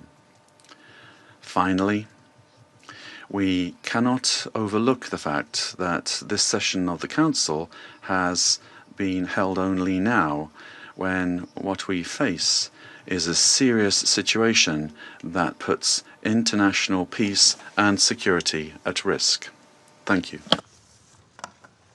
I thank the representative of Mexico for his statement, and now give the floor to the representative of Paraguay. Gracias, señor presidente. Thank you, Mr. President. The delegation of Paraguay would like to thank the Presidency and the members of the Council for the opportunity to take the floor at this very important session. Paraguay has already pointed out the situation with regard to Venezuela under President Maduro and the Cartel de los Soles and the criminal organization that was formally declared as such by our national authorities, and his continued presence was a threat to the region. The exit of the leader of that terrorist organization should immediately lead to the restoration of democracy and to the rule of law in Venezuela, making it possible for the popular will expressed at the ballot box will be the foundation for reconstruction in Venezuela. We would also urgently call for the release of all political prisoners that are still in the prisons of that country, and we reiterate that a return to democratic institutions in Venezuela and the possibility for the legitimately elected authorities to resume their functions are fundamental steps for stability in the region. And finally, Paraguay reaffirms our historic commitment to the peaceful settlement of disputes, and we would observe the current events in Venezuela, and we would urge democratic means to be given priority for an ordered transition. Our commitment will continue to be to the democratic principles of the rule of law and peace in society. Thank you very much, Mr. President. I thank the representative of Paraguay for his statement, and now give the floor to the representative of Cuba. Gracias, señor presidente. Thank you, Mr. President. Mr. President, Cuba aligns itself with the statement to be delivered by Eritrea on behalf of the group of friends of the United Nations and Uganda on behalf of the non-aligned movement. Since September of last year, Cuba has been denouncing the hegemonic and criminal plans of the United States and its aggressive projection against Venezuela and the region. We have clearly been exposed to the serious and unpredictable consequences of the irresponsible conduct of the U.S. government for the political, social, and economic stability of Latin America and the Caribbean, and more generally, for international peace and stability. On the 23rd of December, in this very body, we set out the sequence and escalation of actions carried out by the United States with the aim of overthrowing by force the legitimate and constitutional government of Venezuela and destroying the civic military union. The United States resorted to various maneuvers to materialize its plans for domination, including vile extrajudicial executions and acts of piracy, maritime terrorism against oil tankers and their crews in international waters of the Caribbean Sea, as well as the imposition of an illegal naval blockade against Venezuela and the politically motivated designation of its legitimate government as a foreign terrorist organization. Previously, it had subjected that country to prolonged unilateral coercive measures, economic asphyxiation, smear campaigns, and attacks against some of its important institutions, exposing it to a cruel psychological war. With absolute disrespect for the Charter of the United Nations and international law, including relevant resolutions adopted by this Council and by the General Assembly, on January the 3rd, United States military forces attacked Venezuela with total brutality and treachery, and in an unacceptable and barbaric act kidnapped its legitimate president, Nicolás Maduro, and his companion, Celia Flores. Cuba condemns in the strongest terms the military aggression of the United States against Venezuela, while categorically reiterating its absolute support and solidarity with the Venezuelan people, and joins the demand that the government of the United States release the constitutional president, Nicolás Maduro Moros, and his companion, Celia Flores. In the criminal attack perpetrated by the United States, 32 Cubans lost their lives in combat actions. They were carrying out missions on behalf of the Revolutionary Armed Forces and the Ministry of the Interior at the request of counterpart bodies of that country. Our compatriots honorably fulfilled their duty and fell after fierce resistance in direct combat against the attackers or as a result of the bombings of the facilities. Through their heroic actions, they upheld the solidarity sentiments of millions of our compatriots. Mr. President, the cowardly U.S. aggression against Venezuela is a criminal act in violation of international law and the UN Charter. It constitutes a dangerous escalation of the sustained war campaign waged for years by the United States against that sister nation, which intensified since September 2025 with the aggressive naval deployment in the Caribbean Sea under mendacious pretexts and unfounded accusations without any evidence whatsoever. The U.S. military attack against Venezuela has no justification whatsoever. It does not respond to any provocation, nor does it possess legitimacy. It is based on the aberrant doctrine of peace through force and undermines the stability and peace that have characterized our Latin American and Caribbean region for years. It seeks to promote a change in the constitutional order of the Bolivarian Republic of Venezuela, freely chosen by its people. Its ultimate objective is not the false narrative of combating drug trafficking, but control over Venezuela's land and natural resources, as has been openly and shamelessly declared by President Trump and his Secretary of State. This is an imperialist and fascist aggression with objectives of domination that seeks to revive the U.S. hegemonic ambitions over our America, anchored in the outdated Monroe Doctrine. It also seeks to intimidate and subjugate the governments of Latin America and the Caribbean. Cuba calls for an urgent reaction from the international community against this criminal attack on Venezuela, a peaceful nation that has not attacked the United States or any other country. We call on all governments, parliaments, social movements, and peoples of the world to condemn the U.S. military aggression against Venezuela and to confront this act of state terrorism that threatens international peace and security and seeks to impose a new doctrine of U.S. imperialist domination in Latin America and the Caribbean and in the world. Mr. President, the recent statements about imperialist plans to steer Venezuela toward a supposed safe, appropriate, and prudent transition are totally unacceptable. In the U.S. vision of domination, this means imposing a puppet government functional to its predatory goals, particularly unrestricted access to and plundering of natural resources that, by right, belong to the Venezuelan people. Determining the destiny of Venezuela is an exclusive right of its people, without external interference. If the U.S. government, lacking any moral authority whatsoever, truly cared about the peace, freedom, and justice of Venezuelan men and women, it would not have bombed that territory with absolute disregard for the lives, sovereignty, and territorial integrity of that nation. I conclude by reaffirming our unwavering adherence to the proclamation of Latin America and the Caribbean as a zone of peace, and by calling for action with the firmness and determination that current circumstances demand. always in defense of international law and of a future of peace for all the peoples of our America and of the world. Thank you. I thank the representative of Cuba for the statement and now give the floor to the representative of Nicaragua. Muchas gracias. Thank you very much, Mr. President. Latin America and the Caribbean is a zone of peace, declared by the Community of Latin American and Caribbean States, CELAC, on behalf of all of the peoples and governments of our region.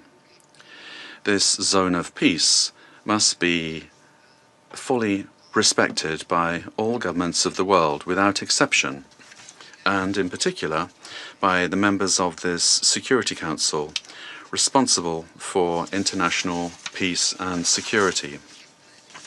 This decision, these desires and aspirations of our peoples, are a noble contribution to world peace, to international law, and to the United Nations Charter. Mr. President, Nicaragua supports what was expressed by the interim president of Venezuela, Delcy Rodriguez, calling for the immediate release of the constitutional and legitimate president of Venezuela, Nicolás Maduro Moros, and the first fighter of the country, Celia Flores. All member states of the United Nations have the duty to respect international law, the spirit, the purposes and principles of the United Nations Charter, the right to sovereignty, self-determination, territorial integrity of states, non-interference, and peaceful coexistence. The Venezuelan people are a dignified people, the people of Bolivar, of Chavez, and of Maduro, and they have never bowed the knee. They defend their right to sovereignty and their right to peace. Nicaragua will always stand with Venezuela. Peace has been deeply damaged, and the human family, the community of nations, the peoples of the world. We urge all of you to respect the dignity of all peoples. Thank you. I thank the representative of Nicaragua for the statement and now give the floor to the representative of Trinidad and Tobago. Thank you, Mr. President. The delegation of Trinidad and Tobago thanks the Security Council for convening this urgent meeting following the recent developments in the Bolivarian Republic of Venezuela. My delegation addresses this council today as a Caribbean nation, a neighbor of Venezuela, and a long-standing advocate for peaceful coexistence and the rule of law. The government of Trinidad and Tobago has taken note of the military operations undertaken by the United States in Venezuela. We remain committed to cooperative efforts led by the United States to disrupt and dismantle networks that enable transnational crime across the Americas, whose activities have had debilitating effects on the security and stability of the region. Trinidad and Tobago remains steadfast in its support of the United States of America's initiatives that strengthen regional security, reinforce the rule of law, and safeguard the well-being of our societies, the Americas. The government of Trinidad and Tobago, while valuing its long-standing and robust partnership with the United States, remains equally committed to maintaining a constructive and respectful relationship with the Bolivarian Republic of Venezuela and continues to uphold peaceful relations with the people of Venezuela. The delegation of Trinidad and Tobago wishes to underscore its long-standing relationship with both the United States and Venezuela and stands ready to work collaboratively with all partners who share the aspiration of a safer, more prosperous and stable hemisphere. Mr. President, I thank you. I thank the representative of Trinidad and Tobago and now give the floor to the representative of Spain. Mr. President, at the outset, allow me to congratulate you on assuming the monthly presidency of the United Nations Security Council and wish you every success in the discharge of your duties. I thank you for convening this important meeting, and I also extend my thanks to the Under-Secretary General and Head of Political and Peacebuilding Affairs of the United Nations, Madam Rosemary DiCarlo. Thank her for the information provided today. Spain would like to express our profound concern about what's happened in Venezuela. And as the Secretary General of the United Nations has noted, it constitutes a very worrying precedent with implications for the region and for the world. Respect for the principles of the Charter of the United Nations, particularly the sovereignty and territorial integrity of states and the prohibition of the use or the threat of use of force, is indispensable to ensure international coexistence. Spain defends the validity of an international order that is rules-based, where it is imperative, as set out in Article 2.3 of the Charter, to pursue the peaceful settlement of disputes.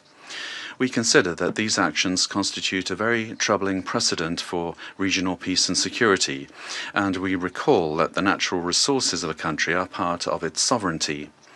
We share the view that the fight against organized crime in the region is a priority, but that fight can only be waged through international cooperation.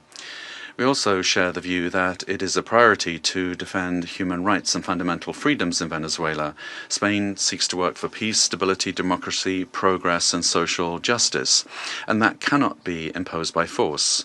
It can only come through broad dialogue among Venezuelans, leading to a peaceful and democratic Venezuelan solution. It must be the voice of the Venezuelan people that determines the destiny of Venezuela. Spain did not recognize the results of the most recent elections held in Venezuela in July 2024 and has been unequivocal in condemning any violations and threats to human rights. We have provided protection to opposition leaders who have been persecuted and have expressed firm rejection of any undemocratic conduct and abuses against the citizenry, but such condemnation can only be exercised with full respect for international law. Spain will work to unite Venezuelans, men and women, and is committed to dialogue and peace because force never brings more democracy. Thank you, Mr. President. I thank the representative of Spain, and I now give the floor to the representative of South Africa. Thank you, Mr. President. We wish to congratulate the Federal Republic of Somalia for assuming the rotating presidency of the United Nations Security Council for the month of January, and wish you and your delegation all the best in the execution of your responsibilities. We also wish to thank you for convening this debate and affording all UN member states to participate, because the situation in Venezuela concerns all UN member states, given its implications for the credibility of the UN Charter and international law. Mr. President, integral to the maintenance of international peace and security since the establishment of the United Nations is the understanding that no nation can claim to be legally or morally superior to another. We are all nations born out of different histories and contexts, ascribing to the common values and principles enshrined in the Charter of the United Nations. Chief amongst these principles is the sovereign equality of all its members. By signing the Charter, we have all committed to settle our international disputes by peaceful means in such a manner that international peace, security, and justice are not endangered. We have also committed to refrain in our foreign relations from the threat or use of force against the territorial integrity or political independence of any state, or in any other manner inconsistent with the purposes and principles of the United Nations. The International Court of Justice has also previously affirmed that international law prohibits the use of force and intervention in another state's affairs. Due to the shortcomings of its predecessor, the League of Nations, the UN was created to prevent countries from resorting to conflict, to settle disputes and prohibit the use of force unless it is done in a legally prescribed manner. In doing so, the UN has played a pivotal role in ensuring peaceful existence amongst nations, including in ending the colonial subjugation by powerful countries over others, underpinned by respect for the equal rights of nations, large and small, and respect for the principle of equal rights and self-determination of peoples. Joining the organization and committing to its principles afforded protection to many of us, with the supposed assurance that no longer would one nation be seen as inferior to another. Unfortunately, when countries ignore the Charter and act contrary to its central premise, it undermines the credibility of the entire system in which we all undertake our international relations. The stability of the international system depends not only on the respect, but on the consistent application of these established legal norms. We all benefit from a rules-based international order based on international law. When we break those norms, we invite anarchy and an environment where might makes right, ignoring the complexity of interrelations and interdependence in our modern world. Mr. President, the unilateral military strikes carried out by the United States of America against Venezuela and the abduction of President Nicolás Maduro and his spouse from Venezuelan territory for transfer to the United States wantonly violates the sovereignty and territorial integrity and independence of Venezuela. These actions are also in stark contrast to our established legal norms, reinforcing the belief that might is right and undermining diplomacy. History has repeatedly demonstrated that military invasions against sovereign states yield only instability and deepen crises. Unlawful unilateral force of this nature undermines the stability of the international order and the principle of equality among nations. Such use of force also undermines the institutional infrastructure established to regulate relations among nations. We have seen examples of these in Libya, Iraq, and countless cases in Africa, where foreign interventions and interference create security crises and undermine national governance institutions cultivated through nuanced and complex national contexts. South Africa stresses that allegations of internal governance challenges, human rights concerns, or acts of criminality by a head of state cannot justify a breach of the Charter's prohibition on the use of force, particularly Article 2.4 of the Charter. The peaceful resolution of disputes and internal matters must proceed in accordance with international law and through multilateral mechanisms. Additionally, under international law, a state has exclusive jurisdiction over persons and conduct within its own territory. Any enforcement of domestic law, including arrest by one state within the territory of another state without the state's consent, is an unlawful violation of sovereignty. There are recourse mechanisms at the disposal of states to implement international law. This includes taking action by bringing a case before the International Court of Justice or seeking action from the Security Council. We note the statement issued by a group of concerned countries, mainly those in the Latin American region, most affected by the developments in Venezuela, which reiterates that the situation in Venezuela must be resolved exclusively through peaceful means, through dialogue, negotiation, and respect for the will of the Venezuelan people in all its expressions, without external interference and in accordance with international law. Mr. President, each one of our countries, including our peoples, that are members of this organization and that are bound to its charters, have the right to determine our own democratic and political path. This inherent charter-given right to self-determination cannot and should not be abrogated. If we do not stand up for the sovereign rights of any nations or states when they are undermined and wantonly violated, then which one of us are safe or are guaranteed protection by the principles of the Charter and international law? Failure to act decisively against such violations is a tantamount to inviting anarchy and normalizing the use of force and military might as the main form of discourse in international politics. This would be a regression into a world preceding the United Nations, a world that gave us two brutal world wars, and an international system prone to severe structural instability and lawlessness. We cannot afford to proceed into a complex future without the stability and protection afforded by international law. I thank you. I thank the representative of South Africa for his statement, and I now give the floor to the representative of Eritrea. Thank you, Mr. President. Allow me at the onset to congratulate Your Excellency and the government of the Federal Republic of Somalia on assuming the presidency of the Security Council for the month of January. We also extend our congratulations to Bahrain, Colombia, the Democratic Republic of Congo, Liberia, and Latvia on their election to the Security Council. As this is the first Security Council meeting of the year, allow me to pay tribute to the outgoing members, Algeria, Guyana, the Republic of Korea, Sierra Leone, and Slovenia, for their dedicated service and diligent work throughout their tenure of the Council. I read this statement on behalf of the Group of Friends in Defense of the United Nations Charter.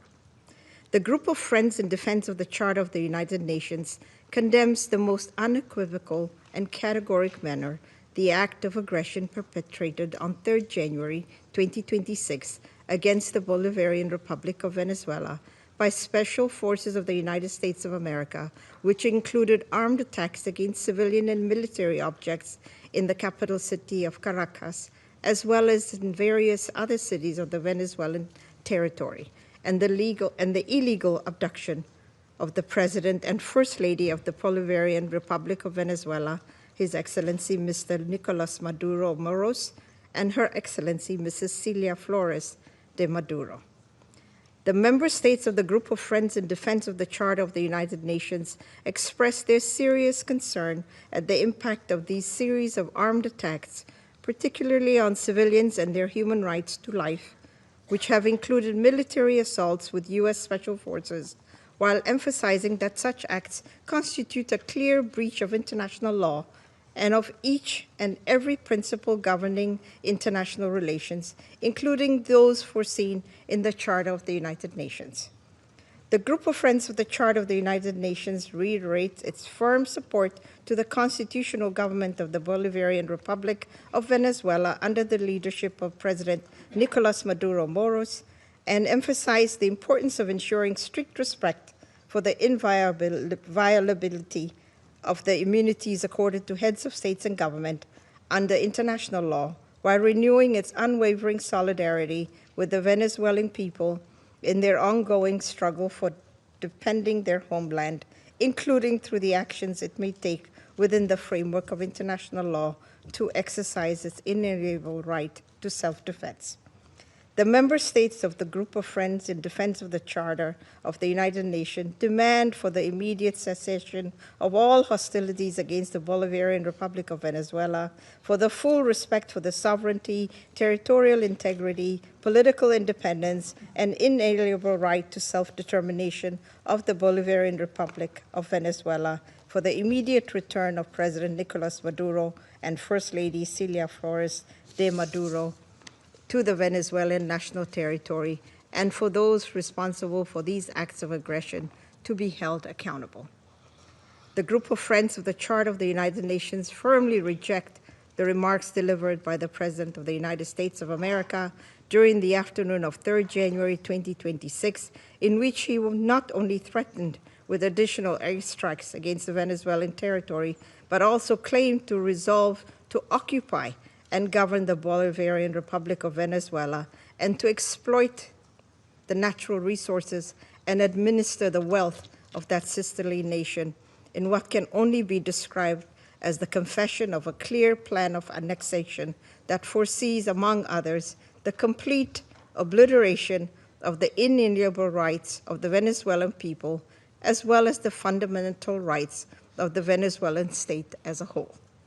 The member states of the Group of Friends of the Defense of the Charter of the United Nations call on all relevant international bodies, including the Security Council and the General Assembly of the United Nations, to swiftly mobilize in order to uphold the purposes and principles enshrined in the Charter of the United Nations, and to urgently take appropriate measures to avoid further escalation of the situation on the ground, particularly additional acts of aggression against the sovereignty and territorial integrity of the Bolivarian Republic of Venezuela, and preserve both regional and international peace and security. I thank you.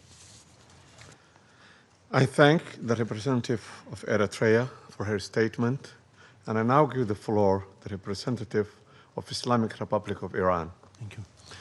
In the name of God, the compassionate and merciful, thank you, Mr. President, for convening this emergency and important meeting. We acknowledge the presence of the Undersecretary General, Mr. Carlo, at this meeting and extend our appreciation to Professor Jeffrey Sachs for his informative and insightful briefing. At the outset, I would like to extend my warm congratulations to Somalia on its assumption of the presidency of the Security Council for this month. I also wish to warmly congratulate the newly elected members of the Council, Bahrain, Colombia, Republic of Congo, Latvia, and Liberia on their election. Mr. President, the Islamic Republic of Iran would like to associate itself with the statement delivered by Eritrea on behalf of the group of Friends in Defense of the Charter of the United Nations and wishes to make the following remarks in its national capacity. First, the Islamic Republic of Iran condemns in the strongest possible terms the military attack carried out by the United States of America against the Bolivarian Republic of Venezuela. This illegal act constitutes a state terrorism, a manifest violation of Charter of the United Nations, particularly Article 2, Section 4 and Section 7, and peremptory norms of the international law and amounts to an internationally wrongful act and a full-fledged act of aggression. Such military aggression against an independent member state of the United Nations establishes a serious breach of regional and international peace and security with far-reaching consequences for the international system as a whole. Second, the abduction of democratically elected president and the First Lady of the Bolivarian Republic of Venezuela by the United States constitute a flagrant violation of customary international law, including the principles of the inviolability of the immunities accorded to the heads of a state and government under international law, and represent a grave assault on the sovereign equality of states. The Islamic Republic of Iran recalls Venezuela's inherent right to self-defense and underscores the legal responsibility of the United Nations, in particular the Security Council, to take immediate measures to halt this unlawful aggression and to ensure accountability for all those responsible. Iran also affirms its full support for the people and legitimately elected government of the Bolivarian Republic of Venezuela. Third, the United States is openly seeking to substitute its domestic law for international law and the Charter of the United Nations. This represents a serious warning to the international community and to all member states. Such unlawful conduct strikes at the very foundations of the Charter-based international legal order and establishes a dangerous precedent that must be categorically and unequivocally rejected. The so-called declared U.S. policy of peace through strength prescribes the law of the jungle and the rule of force instead of rule of law, and if tolerated and normalized, would render the collective security system established by the Charter ineffective and devoid of purpose. Fourth, the continued inaction and paralysis of the Security Council in the face of the explicit threat and act of aggression by the United States have fostered a dangerous climate of impunity. It has emboldened the United States to persist in unlawful conduct that poses a grave threat to regional and international peace and security. In recent days, the President of the United States had repeatedly issued public threat of the use of force against the Islamic Republic of Iran in manifest violation of Article 2 of the Charter of the United Nations. At the same time, the United States is shedding crocodile tears for the Iranian people and hypocritically claims to support them while maintaining a well-documented record of intervention, the use of force, and the imposition of unlawful unilateral coercive measures against Iran. This includes its direct political, military, and operational support and involvement for Israeli regime unlawful joint war of aggression against Iran between 13 and 24 June 2025, which resulted in loss of civilian life, attacks on civilian infrastructure, and serious violations of fundamental human rights of the Iranian people. Iran reaffirms its inherent right to defend its sovereignty, territorial integrity, and national security, and to protect its people against any foreign interference. the United States of America will bear full responsibility for consequences arising from its unlawful threats and any ensuing escalation.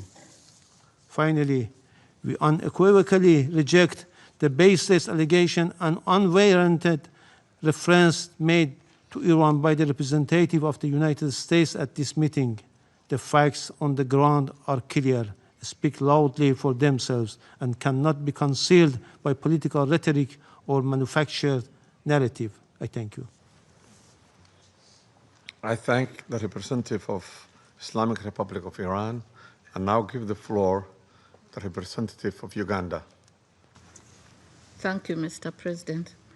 I have the honor to deliver this statement on behalf of the Non-Aligned Movement, NAM, representing 121 member states united by the shared principle of respect for the sovereignty and territorial integrity of all nations.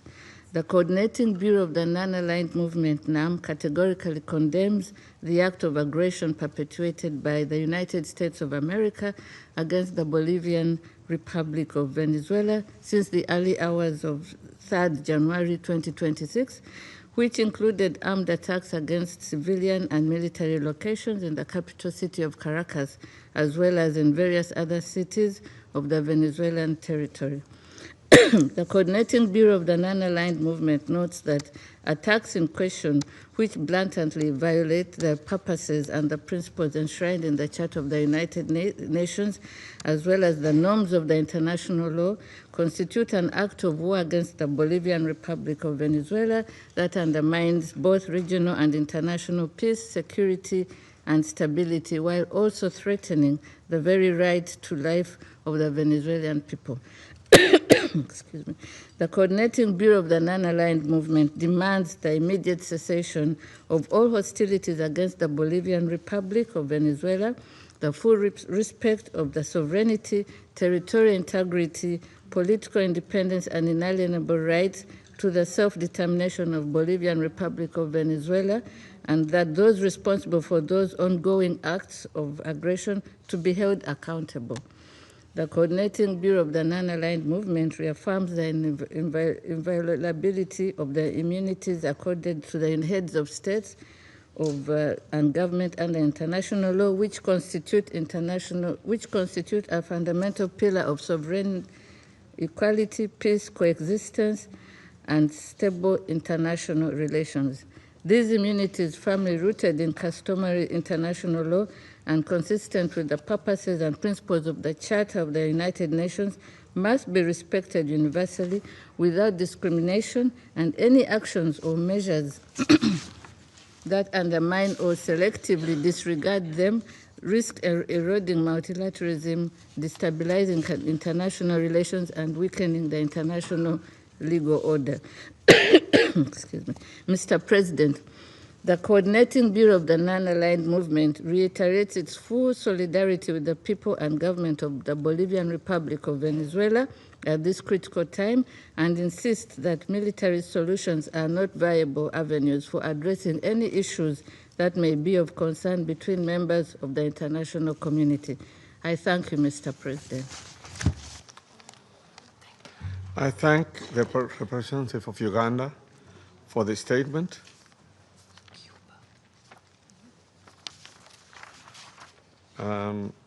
I now give the floor to the representative of Cuba, who has asked for the floor to make a further statement.